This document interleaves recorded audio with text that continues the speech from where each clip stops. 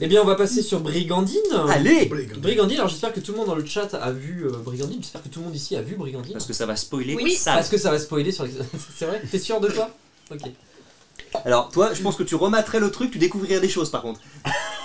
On va en parler après. Il y avait une question sur les anecdotes de tournage. On va en parler après. Je pense qu'il faut que je regarde Épisode 5, meilleur épisode. Meilleur épisode. Épisode 6. Épisode 6, meilleur épisode pour Momo. Donc pareil, on va répondre aux questions qui nous ont été posées en amont. Si vous en avez d'autres qui vous viennent, n'hésitez pas à les poser dans le chat. Brigandine Pépite, merci beaucoup. C'est un actual play qui moi me tenait beaucoup à cœur, donc j'étais très content du résultat bien. final. C'était trop bien. En tant que Merci. spectatrice, c'était Merci beaucoup. C'était Merci. les tâtonnements en termes de technique. Putain, L'image est pas dingue, le son est pas trop dégueu. C'est Flav qui nous a fait la régie en direct. Donc c'est pour ça que vous le voyez comme ça, c'est pas un suricate sur cette page. C'est juste qu'il faisait son montage pendant qu'il jouait. C'est le mec qui a un tic quand il joue. Mais c'est ça que. Bah, dans les dans les anecdotes, mais c'est vrai que. Et un gros coucou à Gère qui vient Oh, d'arriver. il est venu. Vous êtes mignons.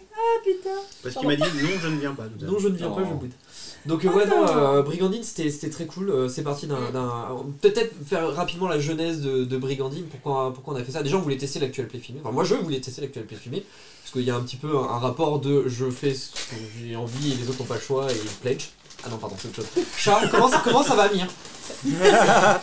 Ça va. Il y a le canard encore ça qui... progresse. Ouais, mais il va s'échauffer encore un moment, mais il faut qu'il soit bien échauffé. Ça va venir, ça va venir. Du coup, pour non, la j'aime petite pas les genèse rapidement de Brigandine, donc faut savoir, si vous ne le savez pas déjà, que avant qu'on lance la chaîne, on avait une campagne de Donjons et Dragons en mode Westmarch. Campagne au cours de laquelle le personnage de Tony Naël, hop là, je viens de faire un petit bug. Fut le premier meurtre. Fut le premier meurtre assumé de la campagne. Effectivement, à la fin de la saison 1, donc à la fin de la première année de campagne, le personnage de Tony Naël, le personnage de Tony, qui est un barde moins bien qu'Hélical, est mort. Alors plus mytho, mais... Beaucoup plus mytho. Beaucoup plus mytho. Parce que juste pour décrire un peu le personnage, Tony Naël, il arrivait devant le boss final, il se lançait dans un bullshit absolument éhonté, mais il tapait juste, et il était à 2 doigts d'éviter le combat final et de gagner, Contrairement à toi. et il sortait une énorme connerie qui faisait que quand même on se bastonne. Il y a un scénar où t'as quand même t'as négocié. Alors c'était pas un scénar orienté baston, mais t'es quand même arrivé devant le... C'est pas le boss parce que vous étiez pas forcément censé l'affronter, mais... Et en fait à un moment t'as tellement débité le truc que je me suis dit ah ouais non mais là je peux pas lancer le combat quoi. Là c'était quand vous étiez à Nishi et qu'à la fin vous alliez voir le mec de l'ordre et que vous lui récupérez des infos. Le prêtre, ouais. Ouais, et vous lui avez sorti tellement de trucs et là je suis en mode... Mais non, mais le mec est convaincu quoi. moi je suis convaincu de ce qu'il vient de raconter. Et meilleur. Ah, c'est les tatouages là? Non. Non, c'était quand vous avez été à Nishi, vous avez été à l'espèce de soirée là. Ah oui, Il y avait la Tiflin là, qui Il y avait fait le gars à la fin. Zélie. Ouais.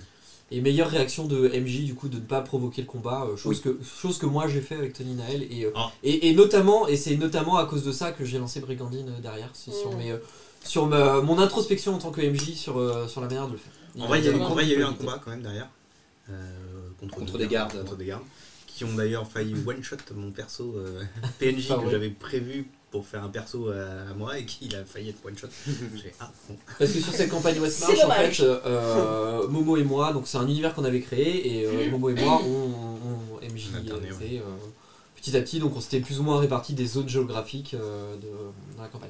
Et donc à la fin de la première saison, à la fin de l'acte 1, le personnage de Tony Naël est mort salement, poignardé par une elfe noire lors d'un combat un petit peu compliqué. Et en fait j'ai vachement culpabilisé parce que Tony à ce moment-là c'était celui qui s'impliquait le plus dans cette campagne-là qu'on avait lancée alors que personne ne jouait à Donjons et Dragons à l'époque. On avait lancé ça parce qu'on avait une autre campagne à Westmarch à côté. Et je m'en voulais de tuer non seulement le personnage, mais également je me sentais coupable d'avoir tué d'avoir cassé dans son élan le joueur quoi. L'enfant intérieur. Et je me suis dit bah c'est pas grave, on va utiliser un ressort à base de scénarium pour dire son personnage n'est pas mort, et donc avec Tony et Momo j'ai lancé une campagne annexe juste eux deux où son personnage, alors je sais pas si vous voulez qu'on... C'est peut-être l'occasion aussi parce qu'on ne fera jamais, donc c'est peut-être l'occasion aussi d'en parler. De quoi? Annexe et secrète. Annexe et secrète. Ouais, parce qu'en fait, moi j'avais prévu un autre truc et quand j'ai su, après coup, j'ai ouais. fait jeter.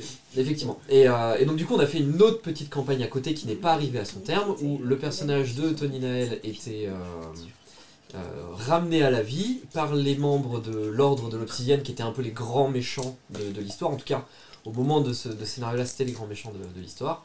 Ils réussissaient à s'échapper et j'avais développé tout un truc derrière qu'on n'a jamais fait jusqu'au bout, puisque Covid. Hein, on a fait 3 scénarios puis Covid.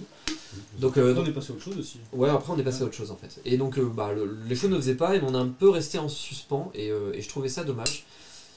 Et à la base, je voulais faire une petite campagne homemade sur Pathfinder 2, qui est un jeu que j'aime beaucoup. Riley reste là. Il vient de se barrer véridique. Damn. Relis les trucs, il s'est barré. Il s'est barré avant qu'on en parle. Incroyable. On arrête tout et on attend que Riley revienne. Je reviens plus tard. Non, mais d'ailleurs, moi je me souviens d'avoir dépensé des points pour une campagne Pathfinder 2. Mais on la fera un jour, parmi tant d'autres. Donc du coup, à la base, c'est censé être une campagne Pathfinder, et étant un gros fan de Warhammer, j'avais moi beaucoup d'inspiration pour faire un truc très Warhammer-like en termes d'univers. Donc un truc très sombre, parce que comme vous savez peut-être aujourd'hui, je suis très fan d'horreur, je suis très fan de Dark Fantasy, et je suis très fan de Warhammer, sauf que le système de Warhammer V4 c'est de la grosse daube, hein, soyons honnêtes, et donc je voulais pas faire jouer ça en Warhammer. Et Kael notamment m'a parlé de Brigandine, je suis allé voir, c'est un système de jeu que je trouvais très cool, très simple d'accès, parce que je n'aime pas les règles, hein, même si j'aime Pathfinder, donc c'est très con, mais je n'aime pas les règles, c'est un système très simple.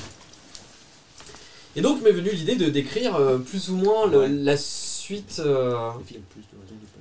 la suite non officielle de Source of Water, qui était notre campagne initiale. Campagne pendant laquelle le personnage de Tony Nael se faisait mordre par un... Nous avons obtenu une mise à jour pour vous, non? Encore d'autres fois. Le personnage de Tony Nael se faisait mordre par un loup-garou. Et donc je voulais développer tout cet aspect-là de développement de loup-garou. Et donc on a commencé à écrire Brigandine.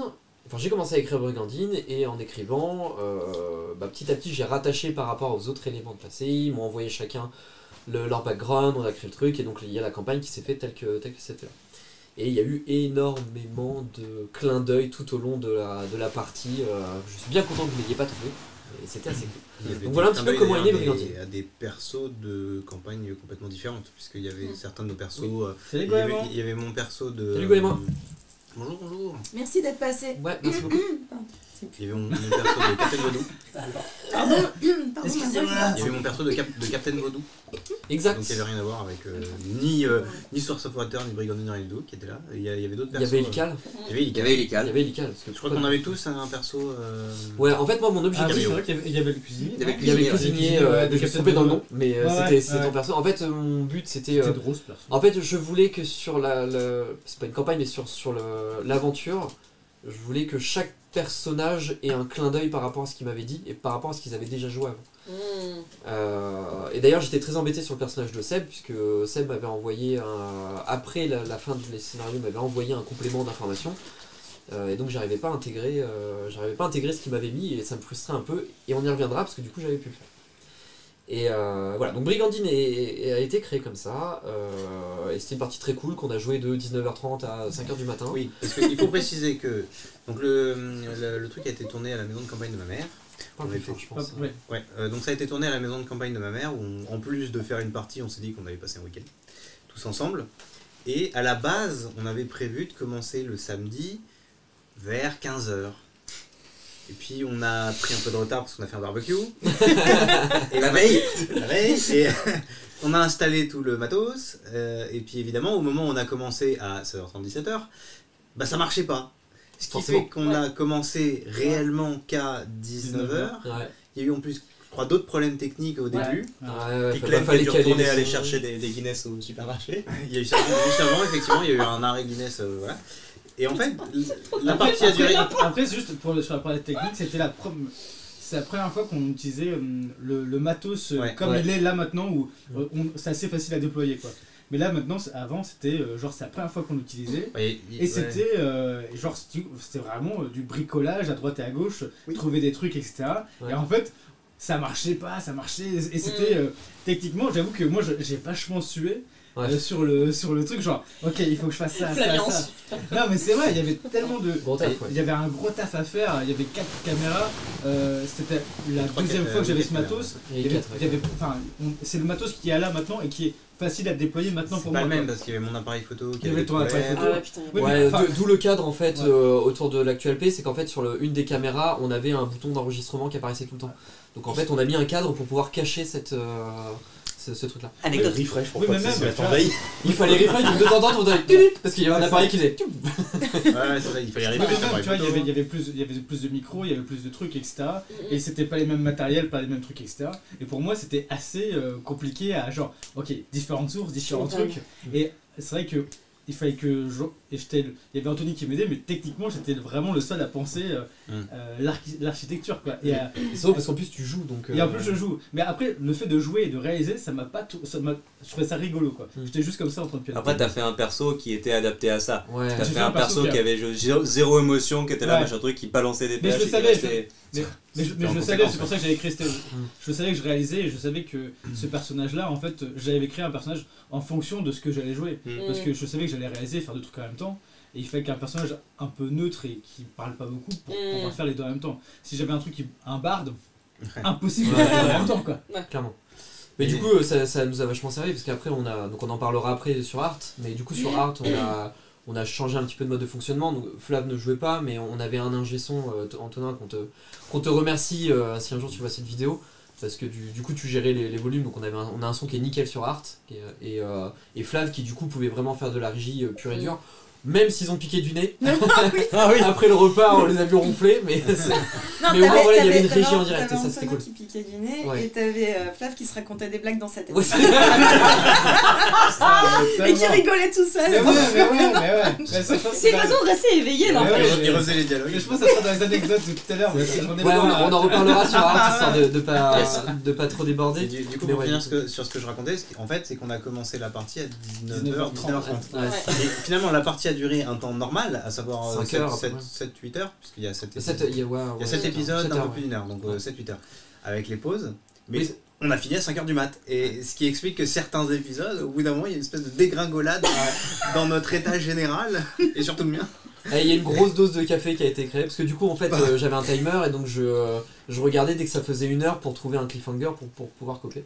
Et je me jette des fleurs parce que j'étais très content de tous les cliffhangers de chacun des épisodes qui tombaient tous au bon moment, et je trouvais ça assez cool, tous à chaque fois au bout d'1 heure. Et en parlant de café, ça a été mesuré scientifiquement. L'organisme de Clem contenait 60% de café et 60% de Guinness. Je me suis pas trompé dans les pourcentages. Je crois que j'étais à plus de 2 litres de café. Je pense que t'as fait plusieurs théières, plusieurs cafetières. Il y a au moins 3 cafetières. 3 cafetières, je pense. J'ai fait 3 cafetières, donc environ 2 litres de café. Et au niveau de la Guinness, je devais être aussi entre 3 et 3 litres et demi. Les derniers épisodes étaient compliqués. D'ailleurs, ça se voit, c'est devenu du n'importe quoi. Cette petite déception, c'est de pas avoir réussi à bourrer la gueule à Momo. C'est vrai que du coup, ça Seb qui faisait des cocktails, mais hyper chargés. Il faisait des cocktails de ouf. Et du coup, pour tenir la soirée, on buvait des cocktails hyper chargés. Du coup, on faisait oh putain. Il m'avait filé on lance le tournage, je bois un truc, je fais. Non, l'anecdote c'est que Seb me fait un cocktail et il avait mis pas mal d'alcool et pas mal de sucre et du coup moi je le goûte, je le trouve très sucré et du coup je dis oh tu pourrais rajouter de l'alcool en vrai. Alors, le must en fait c'est que je le prépare devant toi et je le charge bien et c'est le White Russian, je le fais exprès quand je veux bourrer la gueule à quelqu'un. Tu sens pas l'alcool et elle me voit verser la vodka et il y a beaucoup de vodka et il passe, il goûte, il fait ah, peut-être un peu plus de vodka. Et l'organisme. Non. Ah ouais. Si, t'es là genre. Mais attends, mec, tu t'en mets beaucoup là. Et l'autre il passe comme une fleur. Ouh, on sent pas trop la vodka. Mais frère, il y a une demi-bouteille dans ton verre. Ouais, donc c'était un tournage vraiment professionnel. Voilà. Nous ne faisons pas la promotion d'une quelconque marque d'alcool. Non, il y avait beaucoup trop de marques pour pouvoir les citer. Mais ça explique peut-être l'état de certains. pourquoi à partir de l'épisode 5, ça ressemble plus à rien en termes de... la fatigue de l'alcool, c'était... L'épisode 5 a bénéficié de cette espèce de liberté induite par l'alcool, l'épisode 6, pas vraiment. L'épisode 6, t'avais l'air descendre. C'était l'épisode 6, c'est la conclusion où... Épisode 5, épisode 6... Épisode 7. Ouais, en fait, non, vous auriez pas vu la tombe c'est plus... C'est épisode 5, épisode 6, épisode 7. C'est ça. Voilà. Paf, vous êtes c'est plus trop ce qui se passe. Attends, mais c'est vrai, tu sais qu'il y a des trucs, je me souviens pas. Bah oui, c'est ce que je disais tout à l'heure. J'étais genre... L'alcool. Non, le café. Pour le coup, c'est le café qui a pris... Ah ouais, qui a pris le dessus et tout. J'étais là, genre... Quoi? Qu'est-ce qu'il y a? Bon, putain, le temple. Ok, il y a pas le temps. Le temple, il est où? Ah oui. Il y a un gros panneau, temple. Ah bah oui. C'est bien là? Oui. Non, c'était bien. Mais qu'est-ce qu'on a rien encore? Ouais, du coup, en fait, c'est quand même la partie qui a introduit la notion de point de destin pour le MJ. Où le MJ a quand même dit, ok, alors j'utilise un point de destin pour retirer ce que j'ai dit. Alors c'est une feature du jeu, hein. Il y a, sur chaque personnage a des points de destin qui permet soit de relancer des dés, soit de modifier des scores et tout ça, soit d'annuler une action qui vient de se faire. Sauf qu'arrivé à un moment plein de cul, hein, soyons crus. Et on était tous fatigués, moi y compris, et je racontais n'importe quoi, donc j'utilisais des points de destin pour annuler ce que je disais. Ah oui, oh là là. C'est vrai. Ouais, je suis retombé enfin j'ai repris le scénario pour ça. Pour information, il y avait 44 pages de scénario avec aide de jeu. Ah ouais. Avec aide de jeu, donc il y a des images et tout, hein, mais voilà, il y a 44 pages de scénario là. Oui, parce qu'il fait genre, il aime pas les règles, il aime pas préparer machin truc. Non, non, c'est pas que Le j'aime mec- pas préparer. Non, c'est pas que t'es pas préparé, c'est que tu fais genre, tu fais les choses à l'arrache. Alors que celui qui fait les choses à l'arrache, C'est Bobo. Bonjour. spécialiste du scénario ticket de métro. Mais J'ai jamais fait de ticket de métro, j'ai fait... J'ai l'impression que ça se Une subit page pas, à ça se 5. boit. Merci, Jer. Non, on lui avait dit de faire un post-it. Big Pas up. mal, pas mal. T'es vraiment un français. Mais non, il prépare de ouf. Je pense qu'on a fait 2 tiers maximum de ce que t'avais prévu, même pas. Oh la vache, ah ouais. Dans Brigandine? Ouais. Ah ouais? Ouais. Bah, toute la phase avec les dragons de métal que vous voyez, il y avait tout un point là-dessus. Il y avait tout un coin avec la tour des mages que vous n'avez pas fait parce qu'on n'avait pas le temps, donc j'ai pas poussé là-dessus. Où vous pouviez découvrir les secrets du Fel. Donc je rappelle que le Fel, c'est cette espèce de brume qui sépare le monde en deux et qui tue les gens. Le truc qui est dans la série Netflix. C'est exactement ça. Et en fait, j'étais hyper dégoûté parce que moi, le scénario était écrit bien avant ça, et donc ils ont sorti. Merde, c'est pas la route. Non, c'est pas la route du temps, c'est un truc avec un mur de brume comme ça. Ouais, même principe. c'est avec une. Oui, c'est exactement le même Bon, c'est principe. tiré d'un bouquin, Voilà. donc voilà, c'est pas Et il y a la saison 2, mais... et Chronique, je sais plus quoi. Ouais, j'ai plus le nom exact. Ouais, il y a la saison 2 qui arrive. Mais ouais, c'est le même principe, donc c'est un truc comme ça, et C'est pas tous la les gens saga qui passent au Grisham. travers. Hein? C'est pas la saga Grisham avec Si, c'est ça. Voilà. Exactement. C'est quoi Ouais, mais la c'est saga saga Grisham. La saga Ouais. Grisham. Où en Exactement. fait, t'as une espèce d'énorme mur de brume et de. D'accord. Ouais, Oui, c'est ça. donc le Ouais, fait ça dans c'était les exactement la Heroes même aussi. chose. Donc quand j'ai vu la série, j'étais dégoûté parce que c'était exactement l'idée que j'avais en tête. Mais bon, c'est pas grave, c'était pas si original que ça. Je le ferai mieux la prochaine fois. Mais si. Donc, Mais c'était très mais bien. en tout cas, moi, Regarde, ça- nous on savait pas tout ce qui Ouais, manquait. en fait- donc Non, c'est mais pas bien sûr, grave. je peux. Non, mais en fait, quand t'as dit le Fel, moi j'ai fait. Alors il j'ai- fait genre, là il fait son hélical là. Mais non, mais je suis meilleur, je sais. Mais si, Non, mais en voilà. fait, moi ça m'a aidé quand il a dit le Fel et qu'il y a ça. J'ai vu qu'il y a eu Ouais, la t'as série. visualisé le J'ai truc. visualisé totalement le truc et je fais ah ouais, d'accord, ok. Ouais. Pour moi, c'était vachement plus clair dans ma tête. Donc ouais, 44 pages de scénario. Bon, effectivement, le truc c'est que j'ai quand même pas mal préparé. Et, notamment tous les noms. En fait, je me suis vraiment éclaté à trouver des significations sur les noms. En fait, tous les noms qui ont été donnés avaient tous une signification et tout est tiré du norvégien, de l'islandais, de l'allemand. Parce que je voulais mettre une teinte très Warhammer dans l'esprit et donc faire quelque chose qui sonnait très, très germanique en fait. Et donc tous les noms de personnages, enfin de lieux principalement, étaient tirés de l'allemand. Ou de l'islandais, norvégien, enfin de langue germanique de manière générale. Et notamment les zones dont vous veniez. Donc le Valkland, la zone où vous étiez, c'était la terre des élus. Voilà. Parce que c'est un truc que vous n'avez pas découvert, je me souviens plus ce que j'avais écrit dessus. Mais voilà. Du coup, Capu, c'est quoi le nom de la série? Parce que tu l'as dit que ton copain regardait, mais on sait toujours pas ce que c'est le nom de la série. Mais C'est ouais, la c'est saga saga Grisham. Ouais, mais il y a un sous-titre. Ah, Ça, c'est le livre. Non, je crois qu'ils l'ont appelé comme ça. Je sais plus. Attends. Je vais ouvrir Netflix, je vais dire. Donc voilà pour la grosse jeunesse de Brigandine qui était pas mal préparée. Il a fallu faire des choix, mais. Il y a un petit truc. L'alcool. On passe peut-être aux questions, si ça vous va. Allez. Donc première question de Rimpata. Donc Capu qui nous demande si la mort de Terracus était prévue et comment on a géré le nouveau personnage. Eh bien ça rejoint ce que j'étais en train de dire tout à l'heure. C'est-à-dire que je voulais encore une fois que chacun des joueurs ait un élément qui lui soit propre dans cette histoire. Donc Tony Naël, c'était la prochaine question. Tony Naël, pardon, excuse-moi. Yogal, c'était le garde en question, qui avait un lien avec son passé. Momo, c'était le nain, l'artificier. Toi, c'était le mec dans la tente. J'ai oublié le nom d'ailleurs. Gunther, qui est joué après par Seb. Parce que j'avais écrit à la base, pour anecdote, j'avais écrit le personnage de Gunther à la base. Et sauf que en fait, je sais plus pourquoi c'était. Je sais plus pourquoi ça rentrait pas dans le. Ça rentrait pas dans ce qu'on s'était dit. Et j'ai réécrit. Et j'ai réécrit l'autre personnage que je jouais, je sais même plus le nom. Walter. Et j'ai réécrit Walter, mais Gunther j'avais totalement écrit. Du coup c'était pour ça que quand son personnage est décédé. Shadow and Bones. Quand son personnage est décédé, en fait j'ai dit à Seb, en fait j'ai écrit Gunther, donc en fait il y a tout qui est écrit, je te dis tout est tout fait, donc en fait tu peux prendre ce personnage là et tu peux le réutiliser parce qu'en fait tout est écrit, les dés étaient à peu près tirés aussi, on avait presque, ce personnage il existait vraiment quoi, donc il y avait juste à reprendre et c'était facile. Salut Bazouk, on fait un débrief de notre année et des différents actual plays qu'on fait, donc là on parle de Brigandine. C'est une soirée spéciale, hein. D'habitude on fait des conneries sur Donjons et Dragons. Là on fait des conneries. Du coup, est-ce que la mort de Terracus était prévue? Absolument pas. Oui, donc le dernier personnage, c'était le personnage de Clem, qui en fait était avec le personnage de Tony au centre de l'histoire. En fait, dans mon esprit, c'était via le personnage de Clem que je pouvais réintégrer l'historique de Tony, et notamment de Tony Naël, son personnage de Donjons et Dragons. Mais je n'avais rien pour Seb parce qu'il m'avait envoyé son complément d'info après l'écriture du scénar. Et du coup j'étais embêté, je savais absolument pas quoi mettre en place. Et donc dans toute la scène qui a lieu avant où Walter se fait taxer son pognon par une petite fille, pendant qu'on était en train de jouer la scène, j'étais en train de réfléchir à d'autres choses.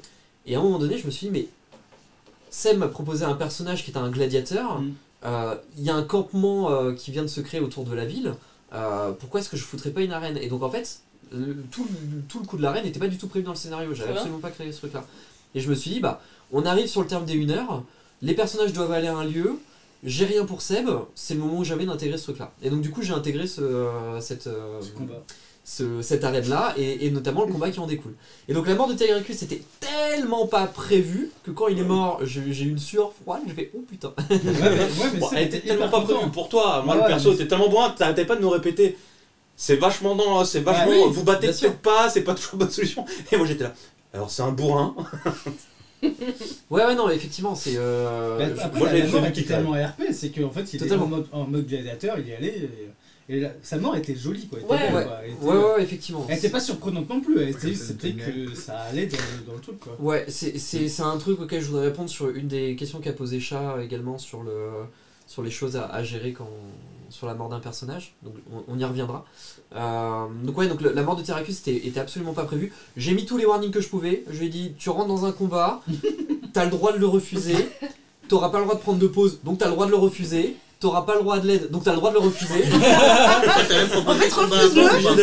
proposé combat à mort ou pas? J'ai proposé combat à mort ou pas. Il a dit à mort. À un moment donné, il fait non mais c'est bon, j'y vais. Je fais vas-y, allons-y quoi. Donc j'avais prévu 3 rencontres totalement différentes. Enfin j'ai improvisé 3 rencontres totalement différentes. Ce qui est très bien avec Brigandine, c'est qu'en fait les stats sont extrêmement simples. Il suffit juste de piocher des trucs très rapides. Je m'étais fait un pool de PNJ à pouvoir ressortir en fonction des situations, donc c'était hyper simple à faire. Et du coup il fait ces 3 combats et au terme du dernier combat, il se prend la flèche fatidique et son personnage meurt. Et là je vois l'heure, je fais 1 heure, putain cliffhanger de dingue, on fait le truc. Sauf que j'ai un personnage de moins et l'aventure elle est pas finie. Donc j'étais un peu en panique et là Flav me dit non mais moi il y a le personnage de Gunther qui en fait était son lien parce que chaque personnage avait également un objet à trouver qui lui était propre. Et en fait, Gunther détonnait l'objet qui était prévu pour Walter, pour le personnage de Flav. Et donc, que j'ai pas pris. Que tu n'as pas pris parce que du coup, Seb a incarné le personnage de Gunther. Je lui ai donné 2-3 instructions sur le passé. Donc son personnage en fait était du coup une sorte de pas de marchand mais de contrebandier qui passait à travers le fel pour aller de l'autre côté récupérer des denrées qui n'existent pas dans le monde existant. Et en fait les PJ à ce moment-là avaient une mission j'ai oublié le nom de ton perso. Que Foros et Walter devaient récupérer. C'est une petite boîte en bois à l'intérieur de laquelle se trouvait quelque chose d'inconnu. Et en fait, la chose inconnue, c'était du café. Et ce café, il ne pousse... Enfin, les graines de café ne peuvent être cultivées que sur l'île de Besfia, qui est une île du monde de Donjons et Dragons qu'on avait fait. Et qui se retrouvait de l'autre côté du fel. Donc c'était un petit peu le truc qu'ils auraient découvert, probablement pas, mais en tout cas, c'était un truc que j'avais créé comme ça. Et en fait, le problème, c'est que tous ceux qui passent par le fel sont contaminés, et en fait, ils ont une espèce de lèpre, et du coup, le personnage tel que je l'avais imaginé est couvert de pustules. C'est pour ça qu'il est tout le temps encapuchonné, on voit pas son visage. Et en fait, son item magique, c'était un masque qui lui permettait de prendre la forme de qui il voulait. Et c'est pour ça que la première fois, dans la tente, il voit sortir un vieux et il voit rentrer un jeune. Parce que c'est le même personnage. Et son personnage pouvait en fait du coup se déguiser sur n'importe quoi. Donc je lui ai donné les instructions telles que je les avais. On a créé les stats qui sont très rapides dans Brigandine. Parce que en général, qui dit jeu mortel dit facile de créer un PJ. Parce que les PJ peuvent mourir très facilement. Et le principe de création de Brigandine est très très cool. C'est qu'en fait chaque archétype de personnage est lié à un animal. Qui permet en un seul mot, en un seul nom d'animal, d'avoir une visualisation du caractère. Et c'est très bien foutu. Ton personnage à toi c'était le serpent, et donc tu avais un côté très orgueilleux, très froid, très manipulateur, très calculateur, ça parle tout de suite. Ton personnage de Tyracus c'était le lion, donc le show-off, le fier, je vais y arriver, je suis le meilleur et tout ça. Toi c'était la fourmi, donc très travailleur, effectivement il a un personnage qui est très... un peu au service, un peu bosseur, un peu nerd aussi. Ouais, c'est ça, un peu nerd, qui passait bien. Toi, c'était l'ours, parce qu'il faut toujours foutre un ours quelque part. Donc c'était la grosse brute. Et toi, c'était le loup. Non, c'était pas le corbeau. Un corbeau. C'était le corbeau. Ouais, un peu, ouais. Et c'est pour ça que... Vous mettre un ours, en fait. C'est vrai qu'il y a toujours un ours. Ouais, c'est vrai. Non, c'était Gunther le loup. Non, Gunther c'était. Je sais plus. Non, Gunther c'était une. Je sais plus, c'était une souris, une connerie comme ça. Mais, et donc, du coup, sur chacun des. Un corbeau, ouais. Sur chacun des royaumes du monde que j'avais créé, en fait, chaque royaume correspondait au nom d'un animal d'un des joueurs. Donc, en fait, on avait alors, l'Ulveriket, qui était le royaume des loups où se passait l'aventure, parce que ça parlait de l'histoire d'un loup-garou. Donc, ils étaient dans le royaume des loups. Le Loman, d'où provenait Seb, c'était le royaume du lion, parce que Loman est un dérivé allemand, germanique, machin du mot lion. Karm, c'était le royaume du serpent. Leisbar, le royaume des ours. Morik, le royaume des fourmis. Et Fitik, le royaume des corbeaux. Voilà, donc ça permettait aussi d'intégrer ça sur les personnages derrière. Donc on tire les stats, on lui donne l'archétype, et du coup ça permettait de baser ta personnalité sur l'archétype que tu avais. Et puis on a pris une pause. 15 cafés, beaucoup trop d'alcool, et on a fait le tournage de l'épisode du coup 6 où Momo était en train de décéder. J'étais clairement en train de mourir. Et en fait, ce qui était drôle sur cet épisode, sur le 6, c'est que toi je te voyais décéder, et moi j'étais juste à côté en train de réaliser, et en fait j'étais en train d'avoir l'énergie genre descendante, je peux pas. Déjà que toi t'étais pas trop actif, t'étais... Mais c'était ça, putain, je peux pas décéder. Sachant que vous étiez tous les deux tout seuls sur votre caméra. Les plans sur notre cam, c'était un truc de ouf. Ouais. J'avais les yeux comme as. Et moi j'étais concentré, en même temps il fallait que je sois concentré. Et je pense que sur le site, il y avait beaucoup plus de plans sur vous que sur nous. Et le pire, c'est qu'en fait, en général, quand j'ai ce genre de truc, je me sens très fatigué, et juste après, tu vois, donc l'épisode 7, je suis un peu plus au taquet, je me suis réveillé. Mais l'épisode 6, galère.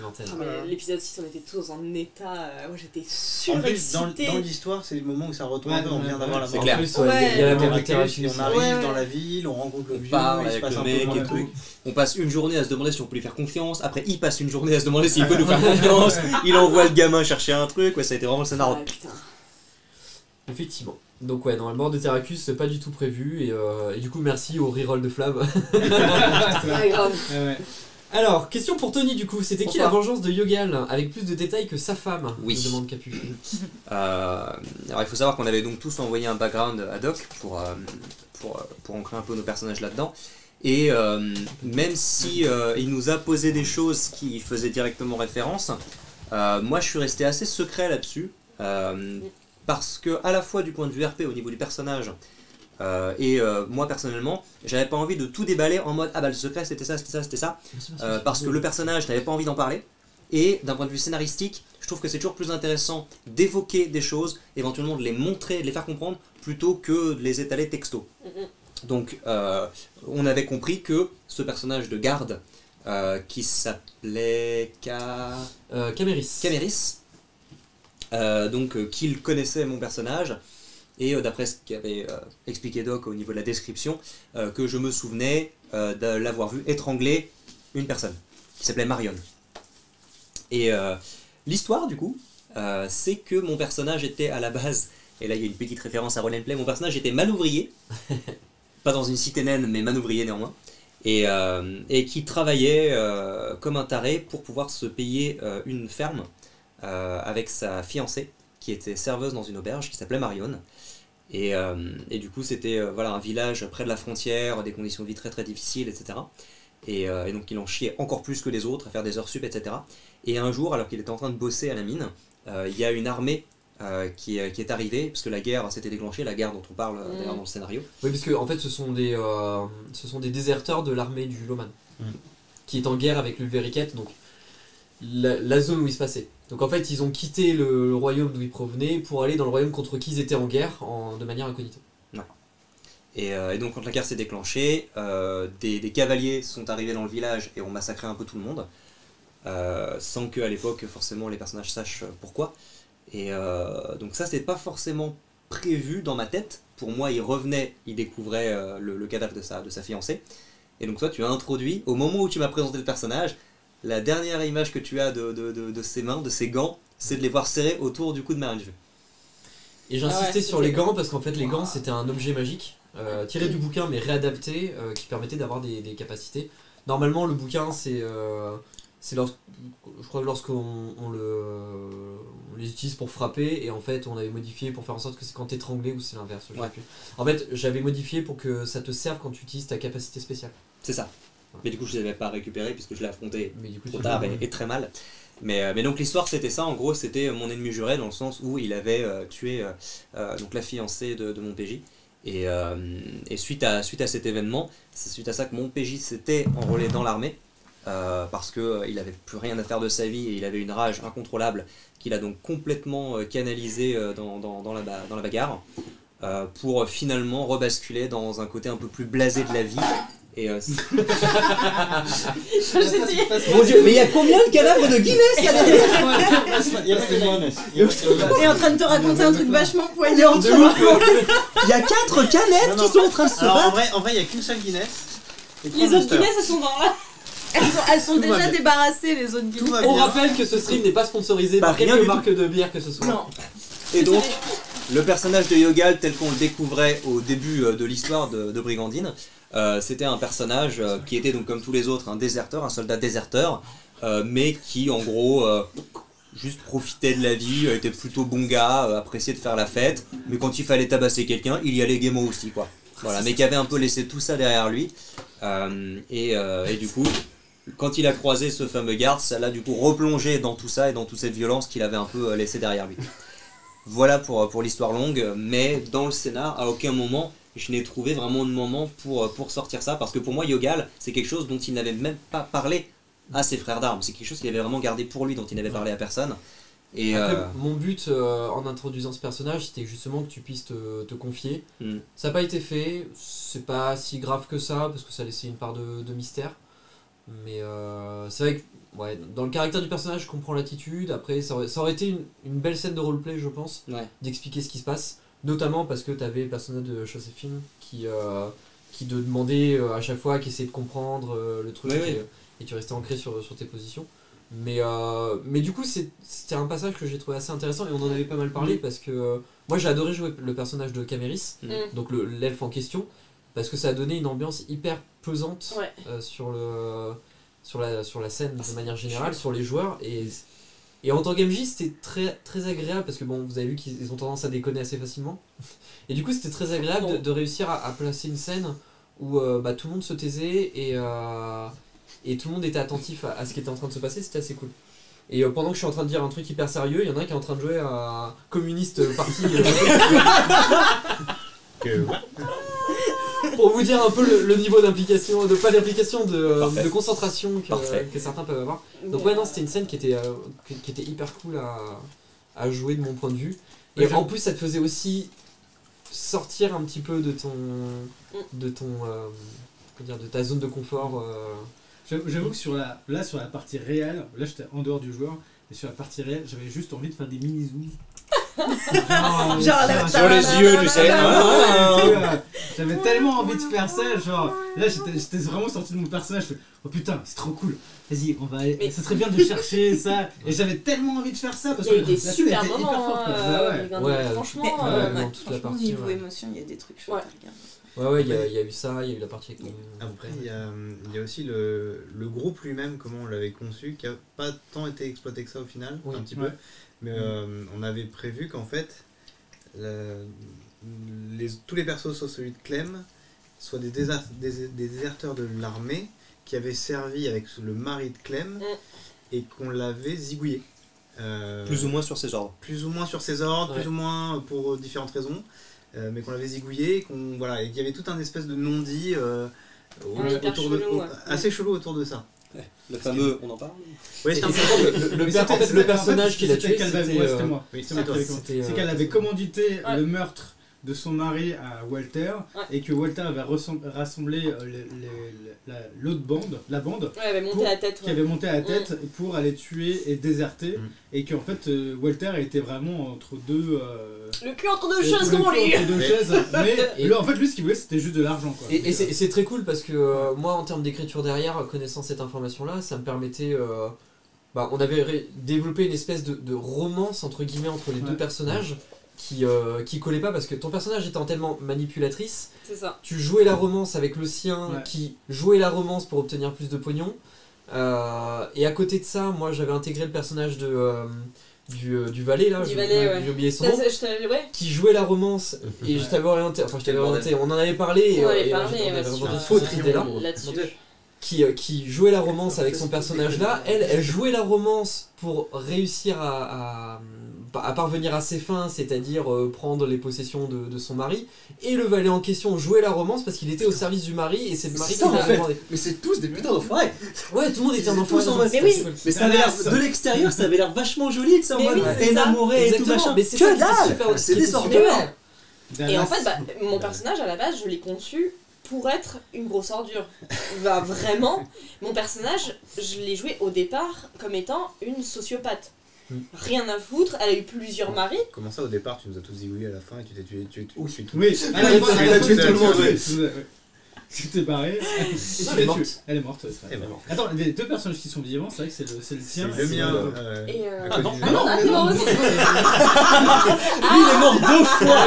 Il est mort 2 fois en un scénar. Lui il est pas mort parce qu'il était pas dans le combat final, il a fait son propre combat, et moi je suis pas mort parce que j'avais oublié que j'avais une armure. Ouais, c'est ça. Et que j'ai buté. Et tu l'as buté.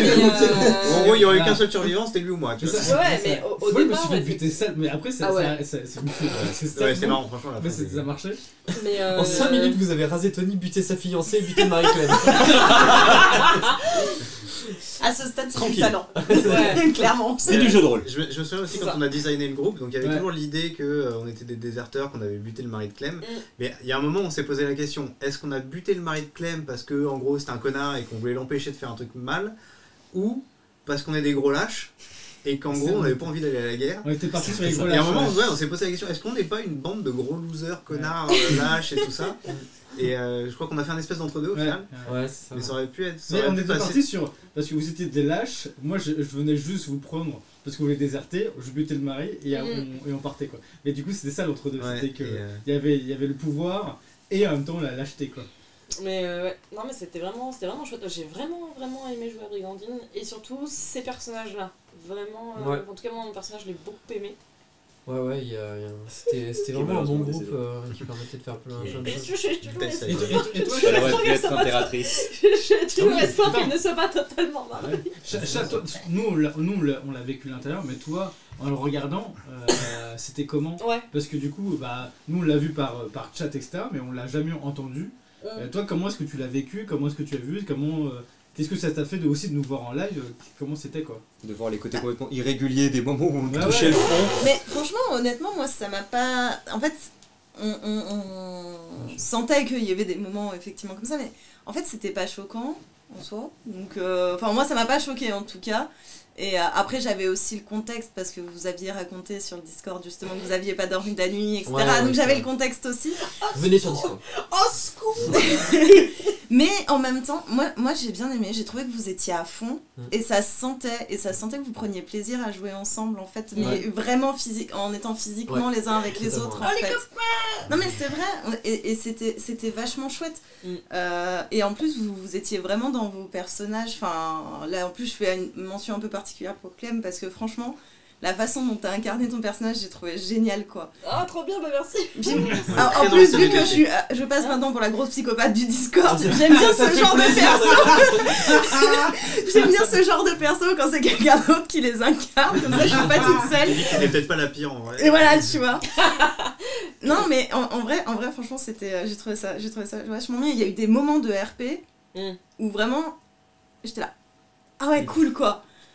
Et non, franchement, c'était vraiment chouette. Et je pense que vraiment, vous étiez vraiment dans l'ambiance à fond. Et ça a vraiment joué.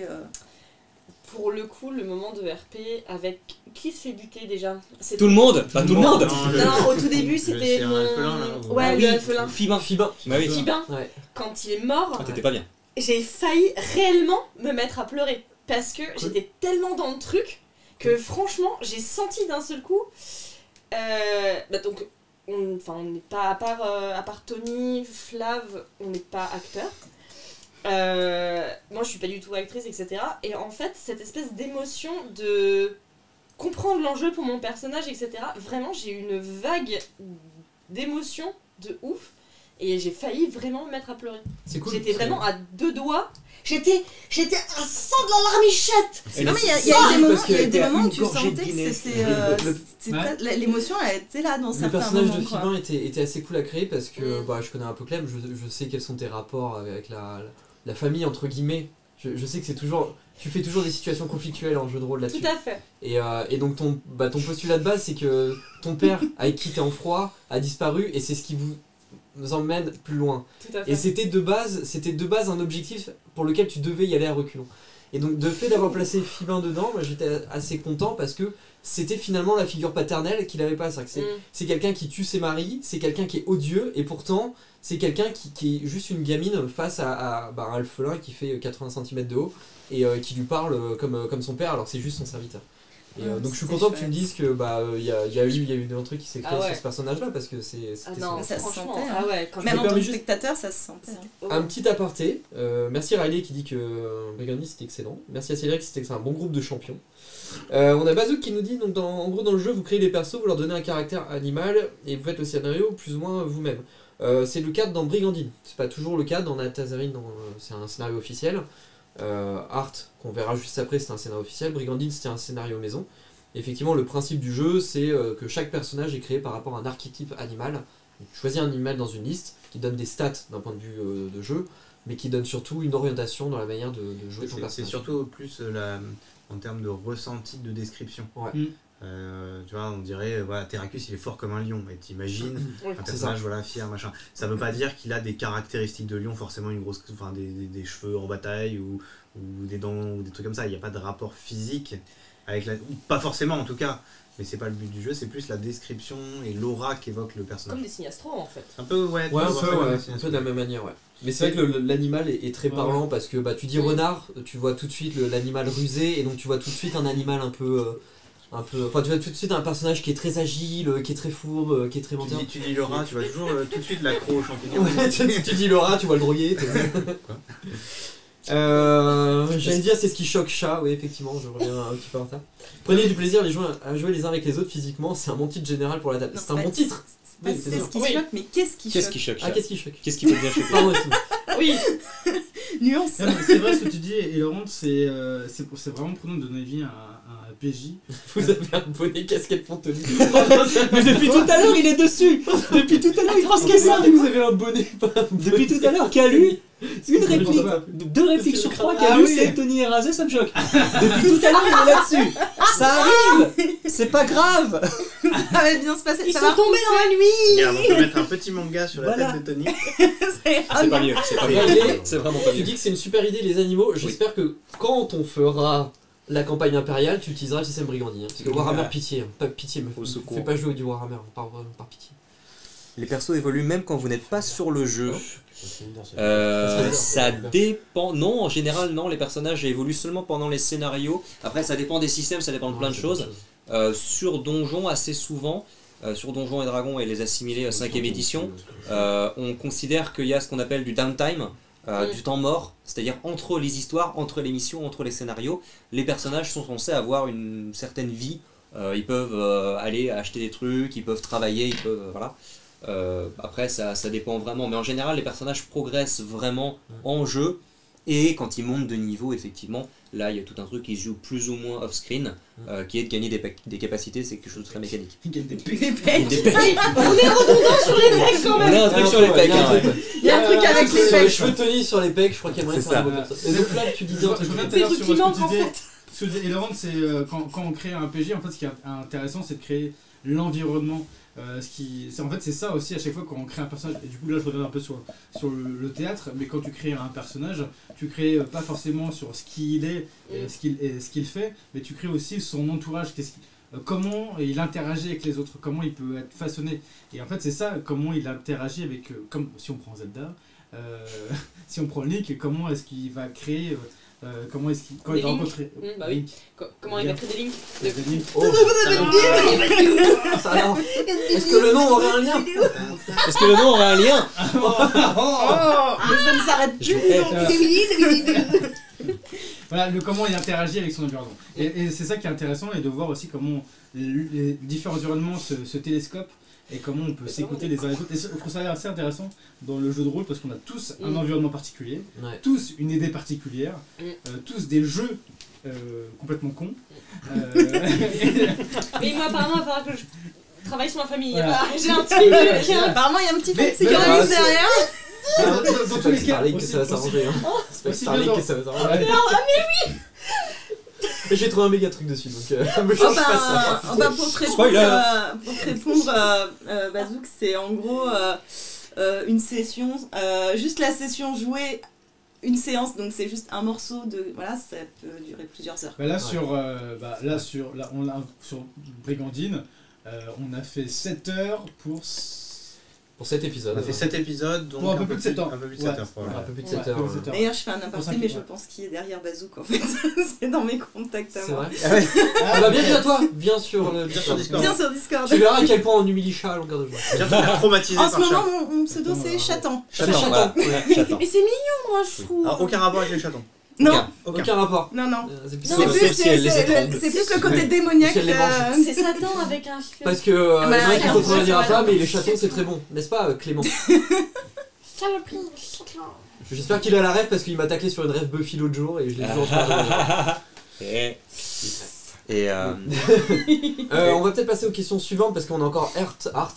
Il y a plein de choses à dire C'est sur vrai, Art Art. et sur le nom de la chaîne. Bon, c'est pas une question sur laquelle on va passer beaucoup de temps, hein, puisque est-ce que vous avez des anecdotes des galères de tournage? Ah bah on en a parlé en long, en large et en travers. On l'a beaucoup dit. La caféine. Si, il y a quand même une anecdote, c'est une galère de tournage, c'était le barbecue. Hein, ça a été- Regardez, ouais. C'est de la grosse galère, Le c'est ça. barbecue est une grosse galère, hein, c'est clair. Ah, en fait, C'était très drôle. on a fait le barbecue le lendemain, on a fait des crêpes. Ce jour-là. Non, on a fait. Si j'ai pas la rêve sur Clément alors qu'on a un Clément dans le podcast, je devrais démissionner, effectivement, ouais. Parce que n'oublions pas que Buffy c'est génial. Buffy c'est génial. Et pourquoi Buffy c'est génial? Je vous invite à écouter le podcast. Et Riley pourra vous répondre à ça. Juste une mini anecdote sur Brigandine pour montrer à quel point on était rincés. Il y a un moment donné où tu nous décris une ville dans laquelle on arrive et que tu nous mets la carte, tu nous mets le plan sur la table. Et nous, comme des boulets, on prend la webcam qui était bien placée pour filmer Ah les oui, dés. c'est vrai. On prend la GoPro, on la prend et on essaie de filmer le plan et on regarde l'écran de retour pour voir si on vit. Pendant que tu es en train de parler et d'écrire et pendant que la caméra nous filme en direct en mode pas de retour, pas d'effacement. Tu vois, parce qu'il y avait du montage en live. Donc on fait pas de montage, c'est Flav qui s'occupait du montage. On faisait le montage en live, donc on n'avait aucun backup si tu veux. Donc tout ce qui était à l'écran sur le moment, ça restait à l'écran. Et donc on était là comme des cons avec notre caméra en train de faire. Parce qu'en fait, pour expliquer, là c'est ce qu'on fait là actuellement, j'ai une petite mixette quoi, de caméra. Et en gros, dès que moi je voyais un nouveau plan, j'appuie sur le bouton. Et t'avais Anthony qui était sur le cul. Et moi ça m'était à ma tête, je fais mais pourquoi il fait ça? Et du coup, parce que... pourquoi il fait ça? Il est en train de parler. Attends, qu'est-ce que je fais? Est-ce que je mets lui? Je sais pas.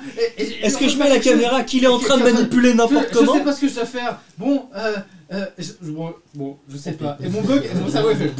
Et du coup, à la fin, ça sort un seul fichier vidéo qui est le montage qu'on ne peut plus modifier entre guillemets. Parce qu'on n'a pas enregistré sur les caméras, voilà pour aussi. On n'a pas enregistré sur les caméras. On a enregistré juste un flux vidéo. Et moi, derrière au montage, je vois ça, je fais non, c'est pas possible. Et donc j'ai repris parce qu'on est tellement débile à faire les cons avec notre GoPro.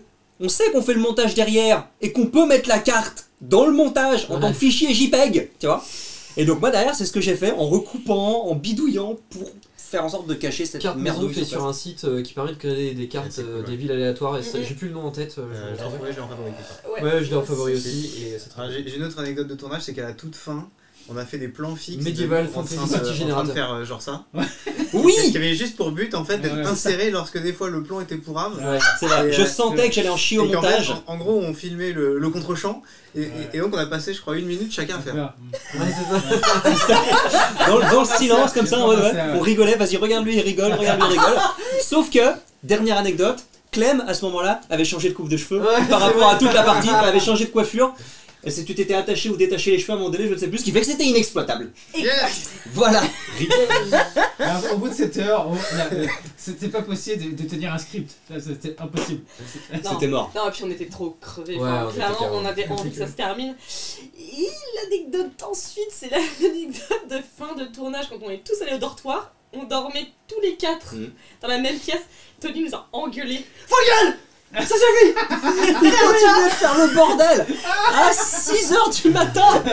Parce que, bah oui! Avec ma chaîne qui aboyait comme comme dit Moment, en fait, passer le coup de barre, c'est comme dans les fêtes de Noël. Qui revient derrière, quoi. Passer le coup de barre, en fait, d'un coup. T'as de l'énergie. Moi, j'étais sous caféine, etc. Avec Servas, on a refait la partie. Et t'avais tenu. Putain! Mais putain, on dort là! Gros silence et. Pendant ce temps-là, j'avais Flavien à côté de moi qui ronfle.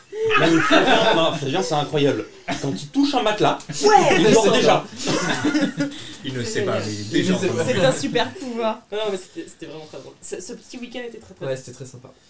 Question qui ressemble un petit peu, enfin qui est dans la continuité, que certaines chats nous demandent. Quel moment avez-vous respectivement préféré dans la partie? Celui qui vous a le plus marqué? Le dortoir! Non. On va peut-être faire dans l'ordre. Chat, c'est quoi?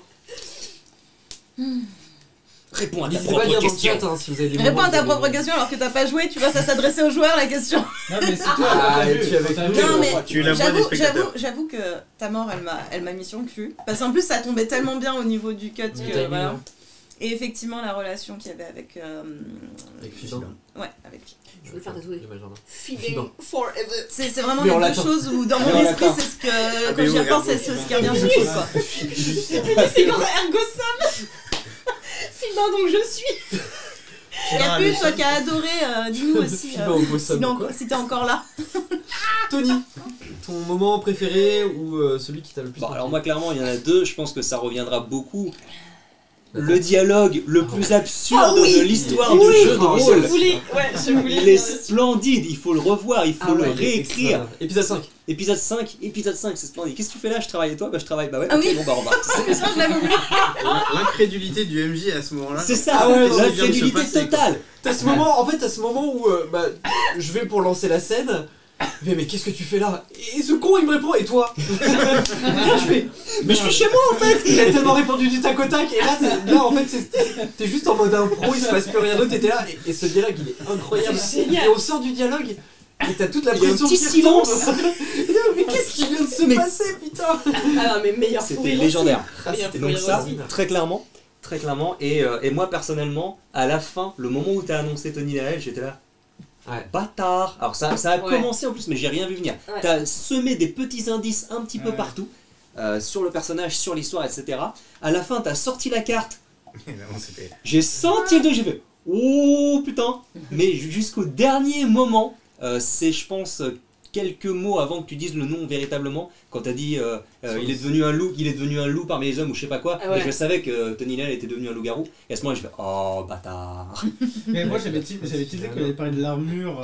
Oui, ça sur le coup j'avais pas remarqué, mais effectivement il avait été jusqu'à décrire l'armure que j'avais lootée en tant que Tony Nell, et ouais, ce moment-là j'ai fait oh putain c'est trop stylé.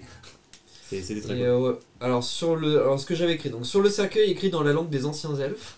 Alors en fait il faut savoir que les personnages ne parlaient pas l'elfe, je crois, ou peut-être que toi, je sais plus. Et en fait il y avait dans un des pans de la ville qui n'ont pas exploré parce que Momo a raté 2 fois son jet de recherche. Alors, en fait il aurait pu tomber. La malédiction de dés. C'était encore une quête annexe qui était possible où en fait de manière un peu biblique. Les portes des gens condamnés par la lèpre du fel avaient une croix blanche qui était marquée, donc c'est la Weissmark, un truc comme ça. Et donc parmi ces portes là il y avait la boutique du frère de Phoros, donc le personnage de Momo, qui mourait. Et en fait c'est un de mes regrets, c'est qu'on n'a pas fait cette scène là qui aurait été une scène RP sur la mort de ton frère, et comme tu n'avais plus de contact avec ta famille, c'était un moyen de renouer contact un peu. Et en fait, dans sa boutique, il y avait un parchemin qui permettait de la compréhension des langues. Et donc qui permettait en fait de lire tout ce qu'il pouvait pendant 24 heures, de lire tous les langages, et donc découvrir cette fameuse phrase et d'avoir la révélation finale un peu en amont. Et du coup, vous l'avez pas eu. Donc c'était sur le cercueil, écrit dans la langue des anciens elfes. On distingue ces quelques phrases. Sigi le barreur Avap. Donc barreur Avap, c'est-à-dire le porteur d'espoir en hollandais. Ouais, un truc comme ça. Enfin, c'est pas du hollandais, mais c'est un mix encore de plein de langues. Barreur, porteur, et Avap, l'espoir. Et premier héros du Valkland, parce que du coup, le personnage de Tony. Il fut autrefois un homme parmi les elfes, parce que je pense qu'on peut le dire maintenant. Ah bon À moins que tu ne veuilles pas. Bon, on reprendra jamais. Alors là. Attends, si, sauf si on reprend un jour. Sauf si on franchement, sauf. Ah, sérieux, alors, stop. Pitié. Faut faire une suite. je le demande en tant que joueuse, etc. Je veux une suite. Moi j'ai un grand projet de Source of Water dans l'espace. C'est pas une blague, j'en ai parlé. Space of Water. Moi je suis pour. Mais en vrai j'avais trouvé une idée assez cool pour rebondir sur un truc, mais non, ça a l'air de chauffer Riley déjà. On voulait faire. Je pense que Capi va être très chaud aussi. On voulait faire Source of Water mais en Starfinder. Je sens les règles de Starfinder par pitié. En Space Opera, moi je suis. On fera du face totalement. Moi franchement je suis. Ouais. Tony, tu es maître mot. Si tu ne veux pas, on n'y va pas. Voilà. Vous avez tous vu, de toute façon, vous avez tous entendu ça, et vous avez tous vu, vous l'avez entendu dans la description, que le barreur Avap avait une barbe rousse. Super. Tony Naël est un elfe. Tony Naël est un elfe. Tirez-en les conclusions que vous voulez. Tirez-en les conclusions que vous voulez. Attends, oula. Il y a trop d'infos là. Je ne suis qu'un barbare. Vous réfléchirez chez vous. Et vous nous direz sur le Discord ce que vous en pensez. Attends. Non mais je veux voir leur gueule. En vrai je veux voir leur gueule, ça s'est jamais passé en jeu. Attends, il a donc Tony Naël a une barbe rousse, c'est ça? Donc Tony Naël, je rappelle que c'est un elfe barde. Un elfe barde, voilà. Et Tony Naël a une barbe rousse, et donc faut que... Et donc le personnage de barreur Avap, qui est donc le Tony Naël, porte une barbe. D'accord. Quelle est la caractéristique principale physique des elfes, d'un point de vue distinctif? Ils sont imberbes. Ah, je ne savais pas. Eh ben non, alors, ils sont imberbes. Alors pour le coup, je ne savais pas. Ok. Maintenant, oui. Maintenant, oui. Les elfes sont censés être imberbes. Et Lical, il a une petite barbichette. Et Lical, il a demi. Ah ouais, donc t'as pris enfant d'un elfe et d'un T'as rien pris de bien des humains, t'as pris la beubare. Franchement. En vrai, il a pris la moustache, c'est demi-elfe. il a une moustache, il a le maximum de sa pilosité. Donc, ça veut dire que Tony Naël est en fait d'un demi-elfe. Non. Il n'est pas un elfe, c'est un nain. C'est un nain. Il est où ça nain? J'aime beaucoup ce twist. Non. Alors pour Hello, c'est ce qu'elle a dit aussi. C'est vrai. Elle a dit un elfe avec une tête de nain. Non. C'est le mec qui a l'air franchement rouge. Non, ça c'est un autre type de mage. Non. Tony Naël, que nous avons joué pendant, si je ne dis pas de bêtises, pendant un an, pendant 13 scénarios. Tony Naël, l'elfe du groupe. Moi j'étais aux toilettes. C'est pas là, désolé. Tony Naël n'a jamais été un elfe. Oh, il s'est taillé les oreilles en pointe. Il avait un kit de déguisement. et tous les matins il se déguisait en elfe. J'en ai. Voilà, Tony Naël était un homme. Il y avait un épisode où vous rentriez dans une grotte et là j'étais en mode ah ouais mais Tony il voit pas dans le noir. Je n'avais pas la vision dans le noir. J'ai joué tout ce scénar sans voir ce qui se passait. J'en ai. J'adore, j'aime trop ces twists là. D'où cette phrase là, il fut autrefois un homme parmi les elfes parce qu'il voulait se faire passer pour un elfe pour la raison de son background. Il devint un loup parmi les hommes. Que mordu par un loup, c'est devenu un loup-garou. Mort Varulve Bolvadur, qui est, alors je n'ai plus la traduction exacte, mais Varulve Bolvadur, ça veut dire l'élu des loups, un truc comme ça. Pareil, ça veut dire j'ai paniqué. En germanique. Ça veut dire j'ai fait ça sur mon. Il est né Tony Naël Nualtessar, craignait son réveil car il ne peut mourir. Ah putain. C'est cette petite phrase parce que son personnage était mort. J'étais mais trop saucé. On aurait dit un bœuf bourguignon dans sa sauce, tu vois. J'étais là. J'avoue qu'il a jamais été un elfe, c'est pas mal. C'est trop bien. Et dès le début, j'ai créé ce secret pour le personnage, qui était que c'était un humain qui se faisait passer pour un elfe et qui faisait semblant d'avoir toutes les caractères des elfes. Et il y avait un truc marrant, c'est que un de mes personnages dans la campagne, quand je n'étais pas MJ, venait du même bled. Sauf que mon perso était vraiment un elfe. Ah, ça, j'avais pas su que tu venais aussi de. Si, parce qu'à un moment, je crois que je te pose une question. Ah oui, tiens, tu viens de là peut-être, oui. Et genre, j'avais connu Dégus. Moi, j'avais connu Dégus enfant que toi, t'avais connu adulte. Bien des années après. Mais on n'a pas non plus exploité ça. C'est ça la beauté du JDR. Sur YouTube, on vous mettra peut-être la carte, comme ça vous aurez les zones et tout. Sachant que sur YouTube, il y a certains épisodes de Spark of Fire qui étaient un spin-off. Avec Moon. Avec Moon. Mais je crois qu'il n'y a que les 3 derniers épisodes, donc, parce qu'on n'a pas filmé. J'adorais ce personnage. J'en profite avant que ça soit noyé dans les commentaires. Capu, ce qui lui a plus marqué, c'est la mort de Fidin. Il a dit il y avait trop d'émotions. Et Calu, il a dit la fumée de tante est mémorable aussi. La fumée de tante, c'était cool. La tante, Momo, du coup, t'es Momo. Ouais, alors moi je mets également la fin, mais c'est notamment parce que j'ai participé à la création du monde de Source of Water, donc forcément de voir que tout ce qu'on venait de faire se déroulait dans ce truc-là, évidemment, j'étais en kiff. Les moments qui vont être cités sont évidemment ceux que j'ai beaucoup aimés, la mort de Fibin, la tante, machin. Il y a un moment moi qui m'a beaucoup fait rire, c'est le combat contre les brigands.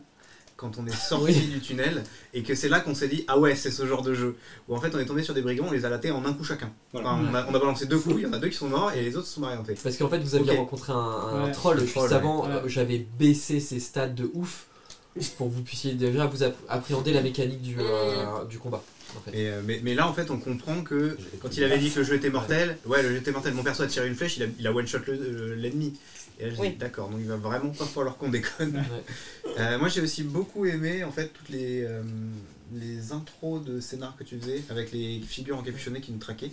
Qui étaient totalement improvisées, c'était absolument pas voulu. En fait c'est quand... Je posais la question d'ailleurs. On formait, enfin c'est notre première actual play, on savait pas trop sur quel pied danser. Donc déjà il n'y a pas de présentation, vous lancez l'épisode, il y a le générique et bim on commence. Après on s'améliorait sur Art, forcément. Donc premier scénario ça se passe, on fait la pause et je me dis je trouve ça dommage, on va pas faire de résumé parce qu'on n'aura pas le temps. Je trouve ça dommage de juste enchaîner sur la suite, surtout que les épisodes on sait qu'ils vont sortir une semaine les uns après les autres. Donc forcément il y a de la déperdition derrière. Et comme dans ma vie, comme dans allonge-toi, parlons-en. Alors comme dans il n'y a pas de résumé, et on passe tout de suite au play. Ce qui va pas, vas-y. Comme dans mon esprit, j'avais cette histoire de track en tête dès la fin du premier épisode. Je me suis dit ça peut être marrant de faire une sorte de résumé sans être un résumé. Comme ceux de Clem. Exactement. Mais mieux structuré.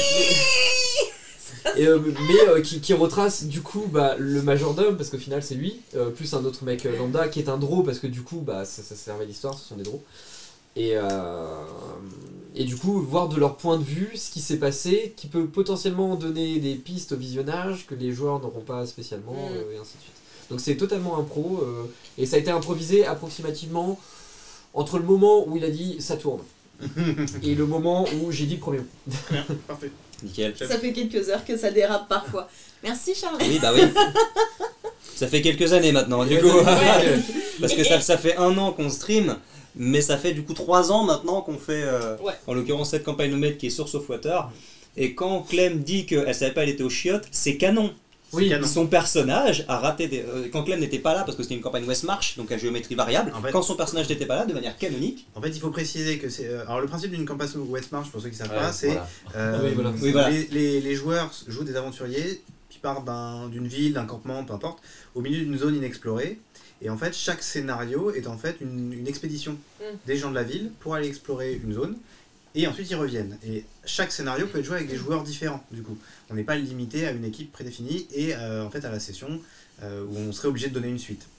Et nous, on avait avec Renaud fait une campagne West March avec d'autres personnes qui avaient été absolument dantesques, 94 joueurs, 94 PJ, une trentaine voire même une quarantaine de joueurs. Et on s'était dit pourquoi ne pas le faire de notre côté avec des amis. Sauf qu'en fait, on n'avait pas d'amis. On n'avait pas d'amis. Voilà. Vous vouliez tout savoir sur la relation des personnes entre Donc la table des rencontres, c'est juste pour se faire des potes. En fait, ce qu'on a fait, c'est qu'on a fait une campagne West March où on joue un équipage d'un bateau. Donc en fait, on n'avait pas de ville, on avait un bateau qui se déplaçait. Ce qui fait que quand un joueur ne venait pas, on disait qu'il restait dans le bateau. Sauf que quand un joueur ne vient pas pendant 6 mois, il faut bien expliquer pourquoi il reste sur le bateau pendant 6 mois. Je leur ai tous dit, oui, mon personnage, comme il est un peu religieux, etc., je joue un paladin, c'est ça. Il était très religieux, etc. J'ai dit à ces couillons, je médite, pitié. Et je médite est venu. Ils ont traduit ça, ces espèces de pécores, comme elle fait caca. Donc son personnage médite sur le trône. Son personnage a eu une malédiction de courante absolue pendant 6 mois. Mais non. Ah si. Je me disais les yeux. C'est canon. Elle a tellement eu la gastro qu'elle est obligée de reroll. Non, au final, t'as pas reroll. Au final, t'as pas reroll. T'es sorti des chiottes, t'as absolument poutré un boss en 3 coups. T'as bien médité. Hein. Elle a enchaîné 2 critiques et 2 smites de paladin. Le mec, son boss ultime, qui avait je sais pas combien de PV, s'est fait flinguer en 3 tours. C'était sale. Je crois que mon boss avait donc un minimum de 130 points de vie. J'ai fait bon, ok, il en a 200. Mais surtout que cette campagne-là, c'était une double campagne parce que le scénar, c'était un double scénar. Il y avait les 3 persos les plus badass et le reste sur l'autre. Oui, il y avait les 3 cacs d'un côté et moi j'avais les 3 casters. Exactement. Donc, sur 3 joueurs et donc 2 qui connaissaient absolument pas le jeu de rôle, ni les règles, ni le jeu, absolument rien. Donc il y avait que Tony qui savait jouer dans le truc. C'est ça. Donc il y avait un groupe de gros billes absolu et il y avait un groupe de peut-être on va se taper sur les gobelins, je sais pas. Et en fait sur ce scénario là on fait un petit aparté, mais sur ce scénario là qui marquait un peu la fin d'une saison, dans le début de la saison 2, qui n'a été que le début de la saison 2, soyez pas en fait on a fait une carte du Nil où les personnages se retrouvaient, on a fait une carte du Nil avec des zones à explorer où il se passait des trucs, et en fait avec Momo on s'envoyait des messages pour dire ils sont arrivés en zone A26, et donc du coup on cochait le truc pour dire si mes joueurs à moi arrivent là-bas, ils trouveront rien parce que les siens auront déjà potentiellement trouvé un truc. Et sur le boss de fin, en fait les 2 boss étaient liés, donc il fallait d'abord que les tiens tuent ton boss pour réduire pour annuler la barrière qu'avait mon boss, pour que mes joueurs puissent bolosser le dernier et puis du coup arriver à la fin du truc. Et en fait on commence le combat et il m'envoie un message, il me dit il va mourir. Il est pas bien. Je rappelle qu'un combat Donjons et Dragons c'est 3 heures, tu vois. Ah il est. Comme quoi, ça sert de méditer longuement. Ah oui, là tu retournes de mettre infiniment plus longtemps. Il y avait que Arubis. Oui, alors c'est ça, parce qu'en fait j'avais toute une idée.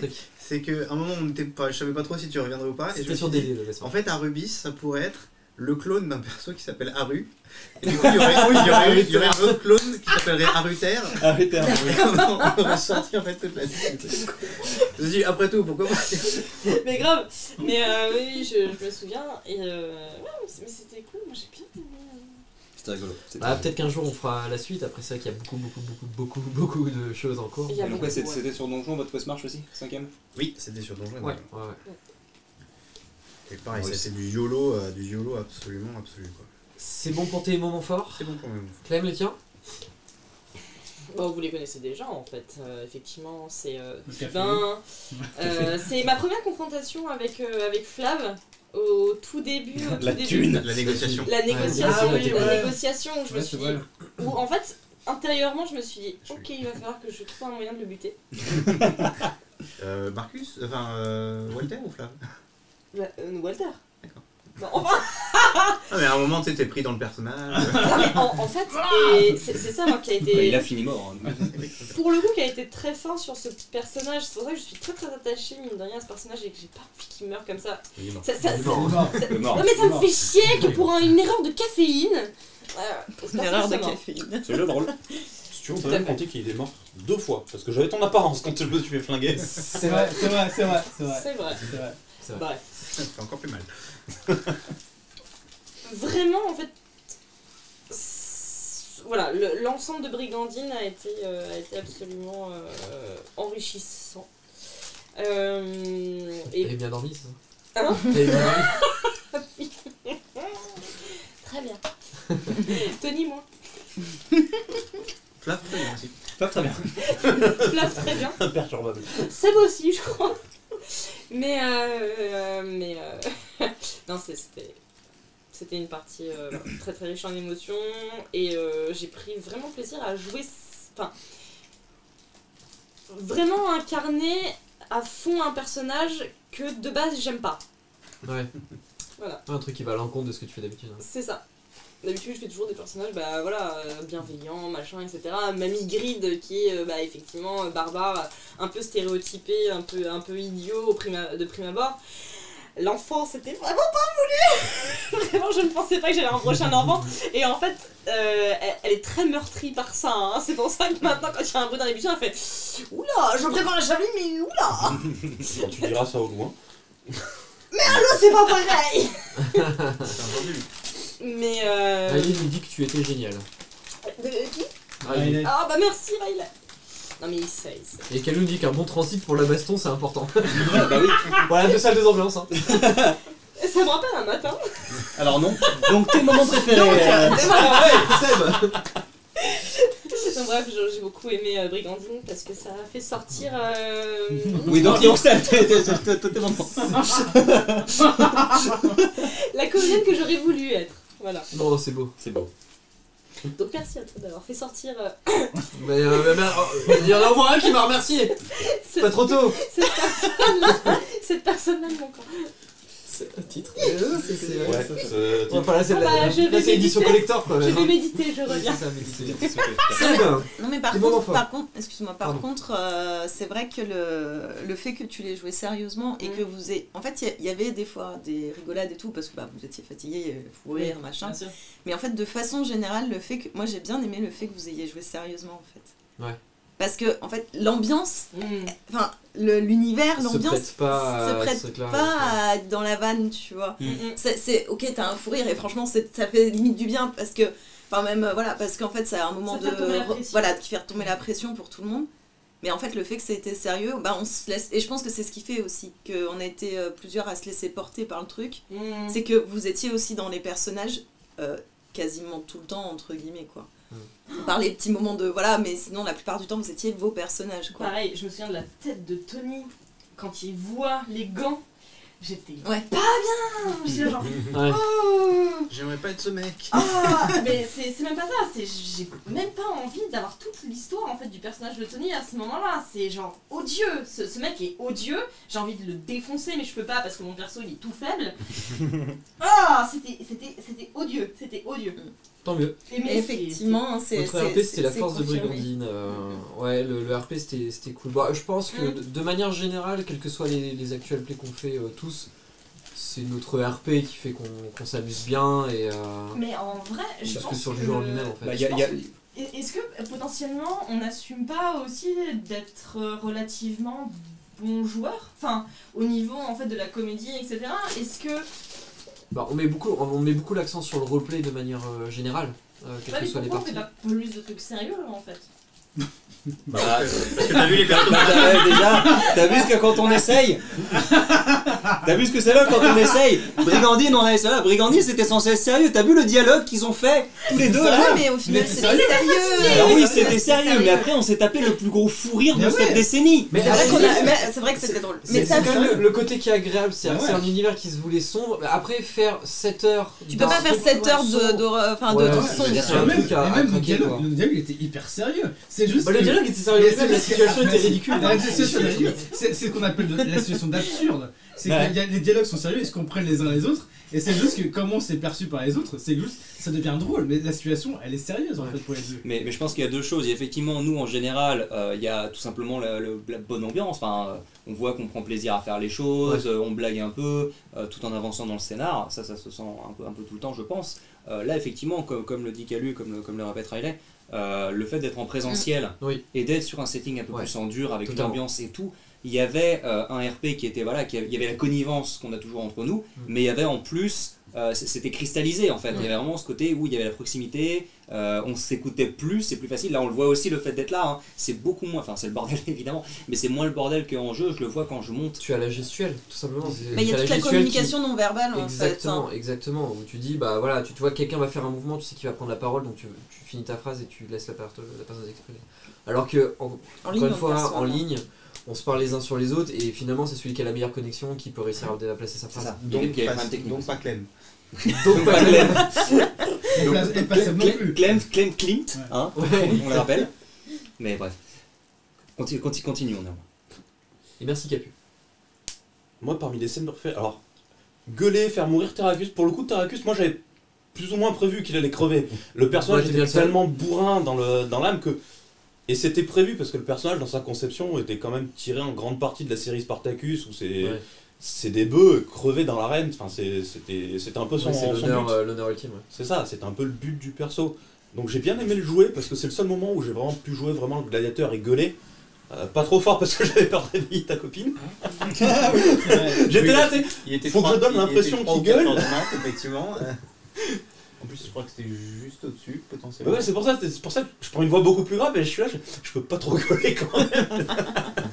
Il y a eu ça, le moment où tu te retrouves devant la porte, du coup, avec le garde. Ouais. Et l'entrée du cimetière, bon, plus le fou rire qu'on a tous eu avec la fumée latente. Et l'entrée du cimetière aussi. Ah putain, ouais, l'entrée du cimetière. On est en train de monter le plan comme ça et puis elle part. C'est là l'entrée secrète. Donc je décris le cimetière en disant il y a deux énormes statues en face du mausolée, donc deux énormes statues qui représentent Varul, donc le Tony quoi en fait. Et donc elle arrive, Clem arrive devant les deux gardes, fait, excusez-moi, vous sauriez pas où se trouve le mausolée. Le mausolée. Et là je fais, alors j'ai pas été clair, ou alors on est fatigué, ou il y a un truc. Il y a un autre truc qui m'avait perturbé, mais ça a perturbé que moi. C'est que depuis le début de la session 2, je pense, tu nous dis, c'est une entrée secrète. Et là on arrive et le mausolée. Oui, c'est l'entrée secrète du tombeau. Je pense que c'est là qu'il y a eu une confusion. Mais moi j'attendais une entrée secrète. C'est bien aussi le fait qu'elle est allée voir les gardes, elle dit c'est vous les gardes. C'est vous les hommes de Gladius. Alors c'est-à-dire que si c'est pas eux, on est dans la merde. Si c'est eux, il va aller dire à l'autre qu'on est vraiment étanche. Et c'est ce qu'il allait faire, il allait dire que vous étiez vraiment ça. Mais c'était le moment où t'en pouvais plus. Là, très clairement, tu l'as dit textant, j'ai pas le temps les gars, j'ai pas votre temps, faites pas chier, on y va, j'en peux plus. J'ai pas votre temps, que je tiens à votre pote, mais j'ai pas ton temps. Bref. Je vais chercher. Donc, non, et toi? Ouais, et pour rapidement parler du mausolée, en fait, la partie que vous avez explosée. Oui. C'est cool. La partie que vous avez explorée. Alors vous la voyez pas, elle fait une tête vraiment bizarre. C'est horrible, c'est flippant. Ouais, c'est flippant. C'est chaud. Vous voyez Panache l'écureuil. Qu'est-ce que t'as fait du geste, on comprend que dalle. Clem elle est hors champ, elle nous déconcentre depuis tout à l'heure. C'est pour ça que je suis la caméra. Ça partait d'une bonne attention en plus, c'est ça le pire. Bon désolé, bon qui veut la binouse? Bah tout le monde. Bon voilà, t'es en train de pourrir le live là, qui est si sérieux depuis tout à l'heure et si professionnel. N'est-ce pas? Donc du coup le mausolée que vous avez exploré, c'est... Pareil, on a dû explorer une toute petite partie. Vous avez exploré 3 salles, il y en avait au moins 15 dans ce que j'avais fait. Avec des trucs à découvrir aussi dedans, mais on n'avait plus le temps, il était 6h du mat, il fallait finir l'histoire et voilà. Les moments que j'ai préférés, il y en a vraiment beaucoup. Je pense que mon moment coup de cœur humoristique, c'est vraiment l'attente. Bah ouais. Cette scène, elle est incroyable. Elle est vraiment incroyable. Tu réalises après la scène ce que tu viens de dire. Ouais, c'est ça. Parce que du coup, t'es plongé dans le truc, t'es juste là en mode, faut donner le change, quoi. Et c'est ce qui est cool avec Flav, c'est comme tu fais de l'impro, bah t'as le change qui arrive très rapidement. Et donc ça permettait ce dialogue qui était très, très nerveux. C'est presque limite dommage que t'aies fait le montage à ce moment-là, parce que finalement tu pouvais moins te concentrer sur le truc. Et comme tu savais pas quand j'allais réagir, on aurait pu faire un montage vraiment cut, tu vois, genre en mode parce que c'était vraiment ça la conversation. Après le moment que j'ai vraiment préféré d'un point de vue MJ, c'est la révélation finale. C'est de voir leur tête au moment de la révélation finale. Évidemment. Parce que j'ai mis des mois à écrire ce scénario-là, j'ai mis des références mais partout. Ils sont tombés dans le piège absolument partout et c'était ma grosse inquiétude parce que sans en faire un jeu à secret, je voulais pas que les choses soient trop évidentes. Et je craignais vachement Tony sur ça parce que je sais qu'il est du genre à suranalyser ce genre de conneries. Donc il y a vraiment des trucs où je craignais de ouf et quand je voyais qu'il comprenait pas, j'étais ravi parce que en gros je le mettais à l'envers et c'était vachement mieux. C'est un truc de ouf. Dans Source of Water, nos personnages de base, dont Tony Nael, avaient une tâche de naissance qui étaient des fragments de cartes en fait qui permettaient d'accéder à une île magique, secrète, machin. Et donc ça on l'avait bien intégré, il y avait toute une enquête dessus, machin. Ouais. Clem, son père, ses ancêtres ont une marque de naissance et tout, machin. Chez elle, il y a des portraits d'un elfe roux, machin. J'ai rien grillé, putain. Rien. Donc ouais, non, pour moi c'était vraiment le meilleur moment, c'est vraiment... en fait, du coup on me voit pas parce que c'est fixé sur les joueurs, mais c'est vraiment le moment où je montre la carte. On voit ta tête à ce moment-là. Si, on la voit sur le montage, je m'en souviens très bien. Et moi c'est pas... Si, montrer ta tête, ouais. C'est vraiment le meilleur moment. C'est vraiment le moment où... non, on voit ma tête, mais du coup on voit pas la vôtre, et c'est dommage. Mais après, je pense que les spectateurs avaient pas spécialement la référence, avaient pas la référence, donc c'est normal. En fait, moi à ce moment-là, quand je sais que j'avais vu plus ta tête, je trouvais ça plus marrant de montrer ta tête parce que c'était genre. Ouais, satisfait de ouf. Ouais, c'est vraiment les gars. C'est le moment où nous, il y avait la tête genre interloquée, mais ta tête était vraiment genre, ok, je suis le maître du jeu, et là, je les ai tous emmenés dans mon univers, et c'était ça que je leur ai montré quoi. C'est ça qui était très cool, c'est vraiment le moment où vous dévoilez la carte, et puis tout ce qui suit, parce que derrière il découvre le monde, mais après tu découvres que le personnage n'est pas mort, que ça se passe 1000 ans après. Ça se passe 1000 ans après, qu'en plus potentiellement il est méchant, parce que le personnage finalement était bon, alors que qu'est-ce qui s'est passé pendant 1000 ans en fait? Qu'est-ce qui s'est passé? Le mec est arrivé dans un territoire inconnu, techniquement il a bolossé tout le monde, c'est un peu devenu le boss, il est mort on sait pas trop comment. Je l'avais écrit d'ailleurs, mais je l'ai oublié. Et parce que tu as aussi perdu les rushs de ton scénario de... Non, pas celui-là. Non, le dernier loup, j'ai tout. Ah non, c'est les bardes, c'est la partie sur les bardes. C'est la partie sur les bardes que j'ai perdu. Mais pareil, sur les bardes, j'avais prévu des tonnes de trucs. En fait, à la base, au niveau des bardes, l'antagoniste principal était un dragon. Et en fait, il devait, avec donc les deux personnages, donc Aguero et Tony Nael, il devait sauver une région du Midverheim, qui est donc la région au nord, ambiance viking du truc, et il devait revenir sur Source of Water, sur son dos de dragon, en mode yo bitches, I'm back quoi. Alors ça va les copains, ça se passe bien votre niveau 6? C'est ça. C'est ça. Et du coup, en fait, moi dans ma tête, il se passait énormément de choses pour Tony Nael, et je trouvais ça vraiment très cool à intégrer. Donc ouais, c'est vraiment le moment où je vois leur tronche quand ils ont la carte, et avec toutes les révélations qui s'ensuivent. C'était vraiment ça. Pour répondre à Calu, oui, c'est une taverne irréelle. Irréelle aussi. C'est irréel. Et donc on remarque que je suis toujours en train de faire le service comme irréel. Ouais. Oui. Et oui, et Riley, sa tête, la tête de Renaud au moment où il a dit, je pense que ça m'a marqué. Il y a les deux têtes. Il y a la première tête quand il a fait la scène avec Tony. Quand il a fait le méchant, je trouvais ça assez agréable de le voir jouer comme ça. Parce que, pour la petite anecdote, Anthony, Renaud et moi, on a fait du théâtre quand on était plus jeunes. Oui. Renaud a arrêté de faire du théâtre, mais il a toujours eu ce jeu d'acting en lui. Cette fibre. Et en fait, quand je l'ai revu faire cette scène-là, j'ai fait « Oh !» C'est revenu. He's back. Et là, j'étais. Je peux vous dire que les fibres aussi, elles sont revenues.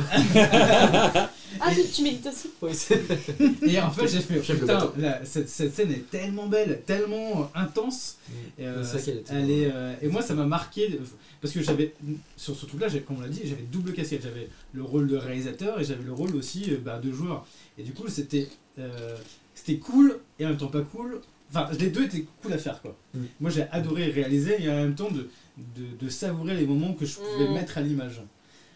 Et quand j'ai vu cette scène là, je trouvais ça assez incroyable. La réaction d'Anthony sur sur oh le bâtard avec les gants, la main et tout, et toi petit à petit t'imprégner de ton personnage qui arrivait, qui se reflétait complètement. Le personnage de MJ était complètement parti, c'était le personnage mauvais qui apparaissait et lui qui réagissait pareil, et c'était un beau tour de France et je trouvais ça hyper beau quoi.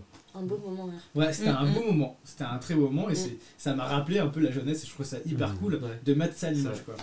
Après le deuxième moment, on l'a dit, c'était l'attente complète. Mais même avant, il y a tout le plan où on se dit on va faire un truc bien qui tombe complètement. Mais c'est genre les mecs vont rentrer discrètement, ils se barrent, il y a de la fumée partout, des mecs qui courent dans tous les sens. En 3 secondes 5. Mais oui. C'est parti en sucette extrêmement vite. Faut qu'on arrête de faire ça. Ouais, c'est la taverne. C'est un jet de dés. Après, il y a deux écoles. Il y a l'école vous dites un truc et si c'est cool, il faut le faire. Et il y a l'école jeter des dés. J'ai un peu le cul entre deux chaises, mais moi j'aime beaucoup jeter les dés parce que je trouve que ça apporte. Bah, c'était drôle là. Bah ouais, c'est ça. En fait, ça apporte vachement d'aléatoire et surtout de rebond scénaristique. Et c'est vrai qu'en vrai, le plan aurait pu fonctionner, donc j'aurais pu dire, c'est bon, tu fais ton machin, et puis basta. Mais finalement, le fait qu'ils aient raté leur jet de dés, ça a rendu la scène tellement exceptionnelle. Bah oui. Mais le dé, en fait, il y avait le plan, l'interaction et la fin. La fin était complètement débile, genre, qu'est-ce qui se passe? On part, elle s'en va. Il y a le poignard. Ah oui, parce que moi je crois qu'il y a un poignard dans le truc. Je suis en train de pisser du sang, il y a de la fumée partout, il y a l'autre qui arrive. J'ai vu un collègue. Ok, on rentre. Je trouve que c'est ça qui est incroyable dans le jeu de rôle, et c'est souvent en fait. Quand les gens me posent la question, mais pourquoi tu fais du jeu de rôle? Enfin, ça rime à quoi en fait? Et moi je leur dis, mais en fait, le jeu de rôle, vous vous rendez pas compte à quel point on se crée des souvenirs qui à la base n'existent pas. Et en fait, je trouve que c'est hyper intéressant en fait de se voir jouer quelque chose qui n'existe pas et de se créer ce souvenir. Ah mec, tu te rappelles le jour dans la taverne? What? Quand t'entends, en fait, quand t'as des gens extérieurs qui entendent ça, ils font mais qu'est-ce qu'ils racontent? Et en fait, en jouant, on s'est créé des souvenirs qu'on n'a jamais vécus. Et je trouve ça absolument méta et incroyable, et j'adore ça. Je trouve ça absolument formidable. Tu te rappelles quand tu jouais ce perso? En fait, ce qui dépasse par exemple un MMO ou un truc comme ça où tu vas avoir des interactions avec des autres genres, c'est que tu vas te créer le contexte du souvenir. Là où effectivement sur un jeu plus classique où il y a les décors déjà faits, tu prends la scène telle qu'elle est et tu crées le souvenir, mais dans ce contexte-là. Alors que là, chacun, on a notre vision de la scène en particulier, c'est ça. Même si c'est le même contexte. Mais t'es obligé d'avoir créé tout dans ta tête. Comme un vrai souvenir de la vie réelle, en fait. Chacun, on a notre propre souvenir de ce qui se passe. C'est surtout drôle d'en reparler derrière. Tu te souviens quand on a fait ce truc-là? C'est ce qu'on fait depuis le début. Tous les souvenirs de Source of Water qu'on se balance et tout. C'est exactement ça. Et je trouve ça absolument formidable, en fait, d'arriver à se créer des souvenirs de choses qu'on n'a pas vécues réellement. Ouais, en plus c'était dans un bon cadre, c'était sur un week-end, on a passé voilà, on a passé un week-end entre potes, on a fait une partie. Et le dernier truc que je voulais dire aussi, c'était que moi j'ai pareil sur la mort de Tarakus. Seb, à chaque fois il est toujours même là, tu vois, on l'entend pas beaucoup parler. Et là, c'est un mort de Tarakus. Je tiens à signaler qu'il a pété les records sur communiste compagnon. Et sur la mort de Tarakus, c'était une vraie mise en valeur de son personnage et même du RP de Seb. Et en fait, je trouvais ça trop cool qu'en fait il ait la manière de s'exprimer et que sa mort soit aussi belle, tu vois. Il y avait tout un truc où Seb, le personnage Seb pouvait s'exprimer et je fais enfin on peut voir Seb s'exprimer sur un personnage et je trouvais ça cool de le voir enfin sur ça quoi. C'est bien vraiment un aboutissement de personnage aussi fort quoi, parce que il est pas juste mort. Il est mort comme il voulait mourir. C'est ça. C'est super que tu termines sur ça parce que ça permet d'enchérir sur l'autre question. C'est une très bonne question de chat. Encore une fois, je sais toujours pas qui c'est. Quelles sont les choses les plus difficiles à gérer quand un personnage meurt brutalement et la surprise de tous comme dans Brigandine? En fait, on a eu souvent le débat avec Momo et Tony sur l'utilité de la mort d'un personnage. Et Tarakus, c'est l'exemple parfait. C'est comme tu viens de le dire, c'est quelqu'un qui est mort et qui a eu une belle mort et qui a eu une mort qui lui sert, qui servait l'objectif de ce personnage-là. Et pour moi, je trouve que le plus difficile à gérer sur la mort d'un personnage, c'est de la rendre utile, que ce soit pour lui, que ce soit pour l'univers, que ce soit pour l'aventure. Et je fais un rebond par rapport à une des gazettes, notamment sur ton personnage qui était mort au combat, qui a eu une mort qui ne servait à rien. Et moi, c'était dans le scénario, et voilà, j'étais un peu mal à l'aise sur cette idée-là, mais effectivement, la mort de Vince Cold n'avait aucun intérêt. Vous étiez en train de fuir, il y a un loup qui t'a mordu les fesses et t'as tombé à 0 PV, en fait, c'est ça, basiquement. Donc il n'y avait pas d'utilité à faire une mort comme ça, et du coup c'est pour ça que j'ai intégré un point de destin pour te faire revivre, alors que j'avais pas l'intention de mettre des points de destin sur cette campagne-là. Mais du coup ça rend le truc hyper artificiel, et ça a clairement gâché le reste de l'aventure. Et je pense d'ailleurs c'est pour ça qu'on n'a pas continué la Gazette. Je pense que c'est lié, enfin de toute façon après ça s'arrêtait à la Gazette 4, et on était parti sur autre chose, on était parti sur Invincible, on était parti sur autre chose à ce moment-là. Mais même on aurait pu reprendre, mais moi derrière j'étais plus dans le truc qui me permet. Mais je suis d'accord avec toi, moi clairement il y a eu un avant et un après. Quel puits. C'est pour ça que chat tue pas, elle torture. C'est beaucoup plus vicieux. Effectivement. C'est beaucoup plus satisfaisant, une fois mort tu peux plus rien en faire. Regarde Capu, tu reviens.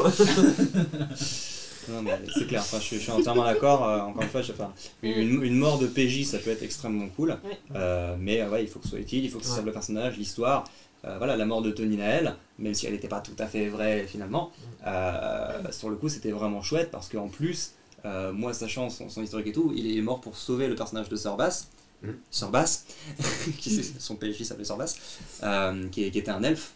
Et du coup, le fait que Tony Nael se sacrifie pour sauver un elfe, ça avait toute une signification pour lui. Complètement. Et donc voilà, là-haut... J'ai trop mal vécu, moi. C'était une des premières morts que j'avais... C'était la première mort de PJ. C'était le but du jeu. C'était horrible. On était pas mal en plus à découvrir avec la campagne un petit peu vraiment tout ce truc-là. Enfin, moi, particulièrement, où tu jouais pas et on avait toujours une ambiance un peu jeu vidéo, où on n'avait pas trop l'impression de pouvoir mourir, etc. Et là on se retrouve dans un truc où... C'est exactement ça. Paf. En fait c'était un combat qu'il ne pouvait pas gagner. Je n'avais pas mis de PV au PNJ parce que c'était un combat que je ne voulais pas qu'il gagne. Et avec le recul ça a été ma première erreur. C'est que du coup j'ai été dans mon sens et j'ai pas été dans leur sens. Et mais c'est effectivement ça. En fait on était sur une phase de débat où moi je trouvais que les joueurs de cette table avaient trop pris la confiance et ne comprenaient pas les réels dangers que pouvait avoir une rencontre. Et ma réponse à ça, plutôt que d'y aller de manière détournée, ça a été d'y aller frontal et de dire je mets un combat, vous ne pourrez pas réchapper à ce combat-là, et vous allez être obligé de fuir. Et en fait, ils ne l'ont pas compris. Et ils ont super bien joué ce combat. Et moi, j'étais là en mode mais non, ils peuvent pas le gagner. Alors qu'en vrai, ils l'avaient gagné depuis 1 heure le truc. Et à un moment donné, il a fallu aller plus loin. Et donc le personnage de Tony Nael est tombé, 0 PV. Il a échoué, je crois que tu as échoué à ton premier jet. J'ai échoué un jet, Voilà, et puis la nana qui était au corps à corps avec lui, qui était une draw, l'a poignardé. Donc réussite critique automatique, donc 2 points, et voilà, mort du personnage. Et c'est ce qui a forcé les joueurs à partir derrière. Oui, mais autant je suis arrivé à mon but, autant j'étais pas satisfait de la manière dont j'étais arrivé à mon but.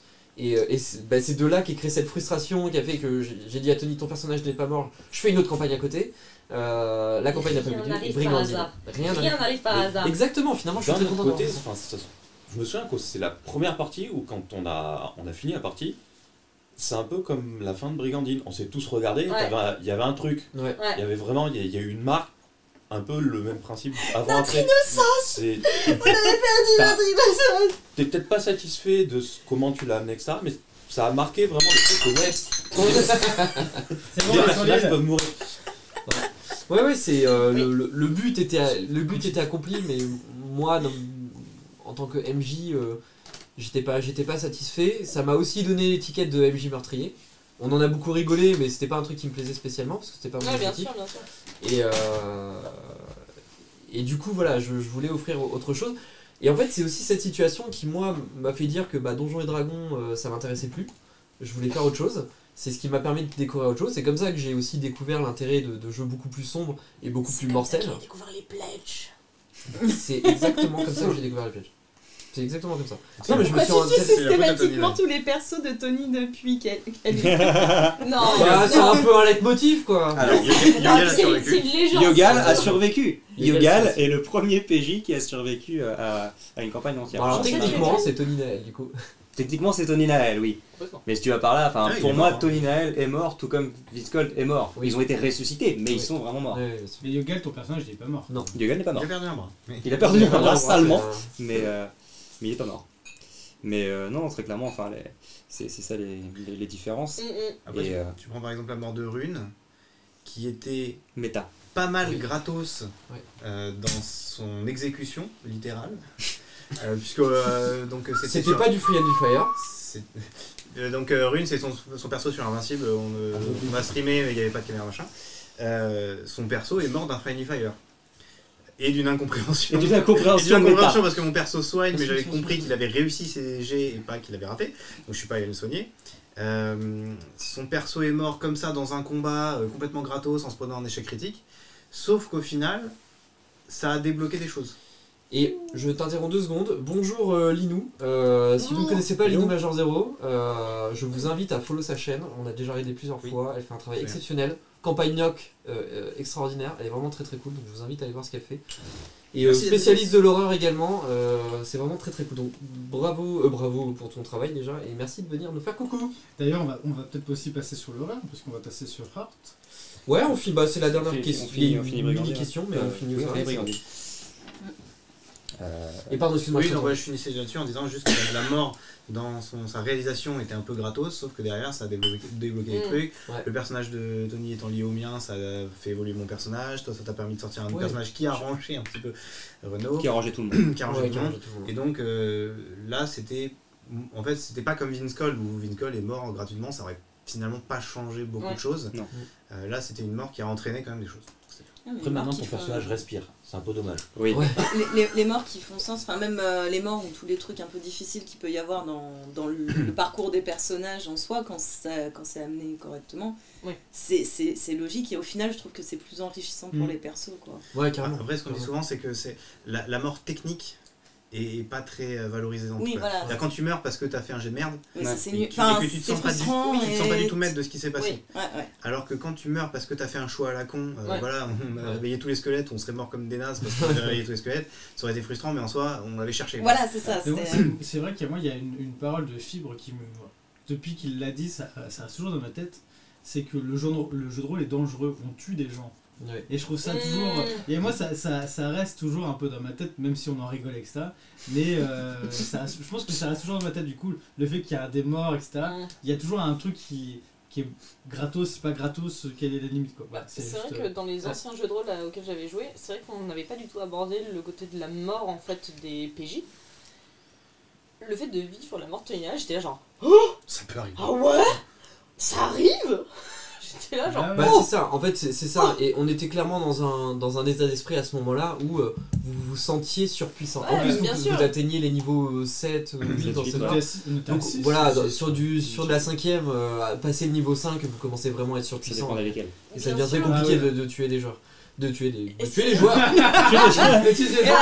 voilà, il l'a dit. Je conclue avant qu'on passe à la suite. Déjà, coucou Yorek, c'était notre ingé son sur Art, dont on va parler juste après. Magnifique. Et Yorek qui a joué avec nous sur Source of Water. Oui, c'était un autre. Qui avait un personnage sur Source of Water.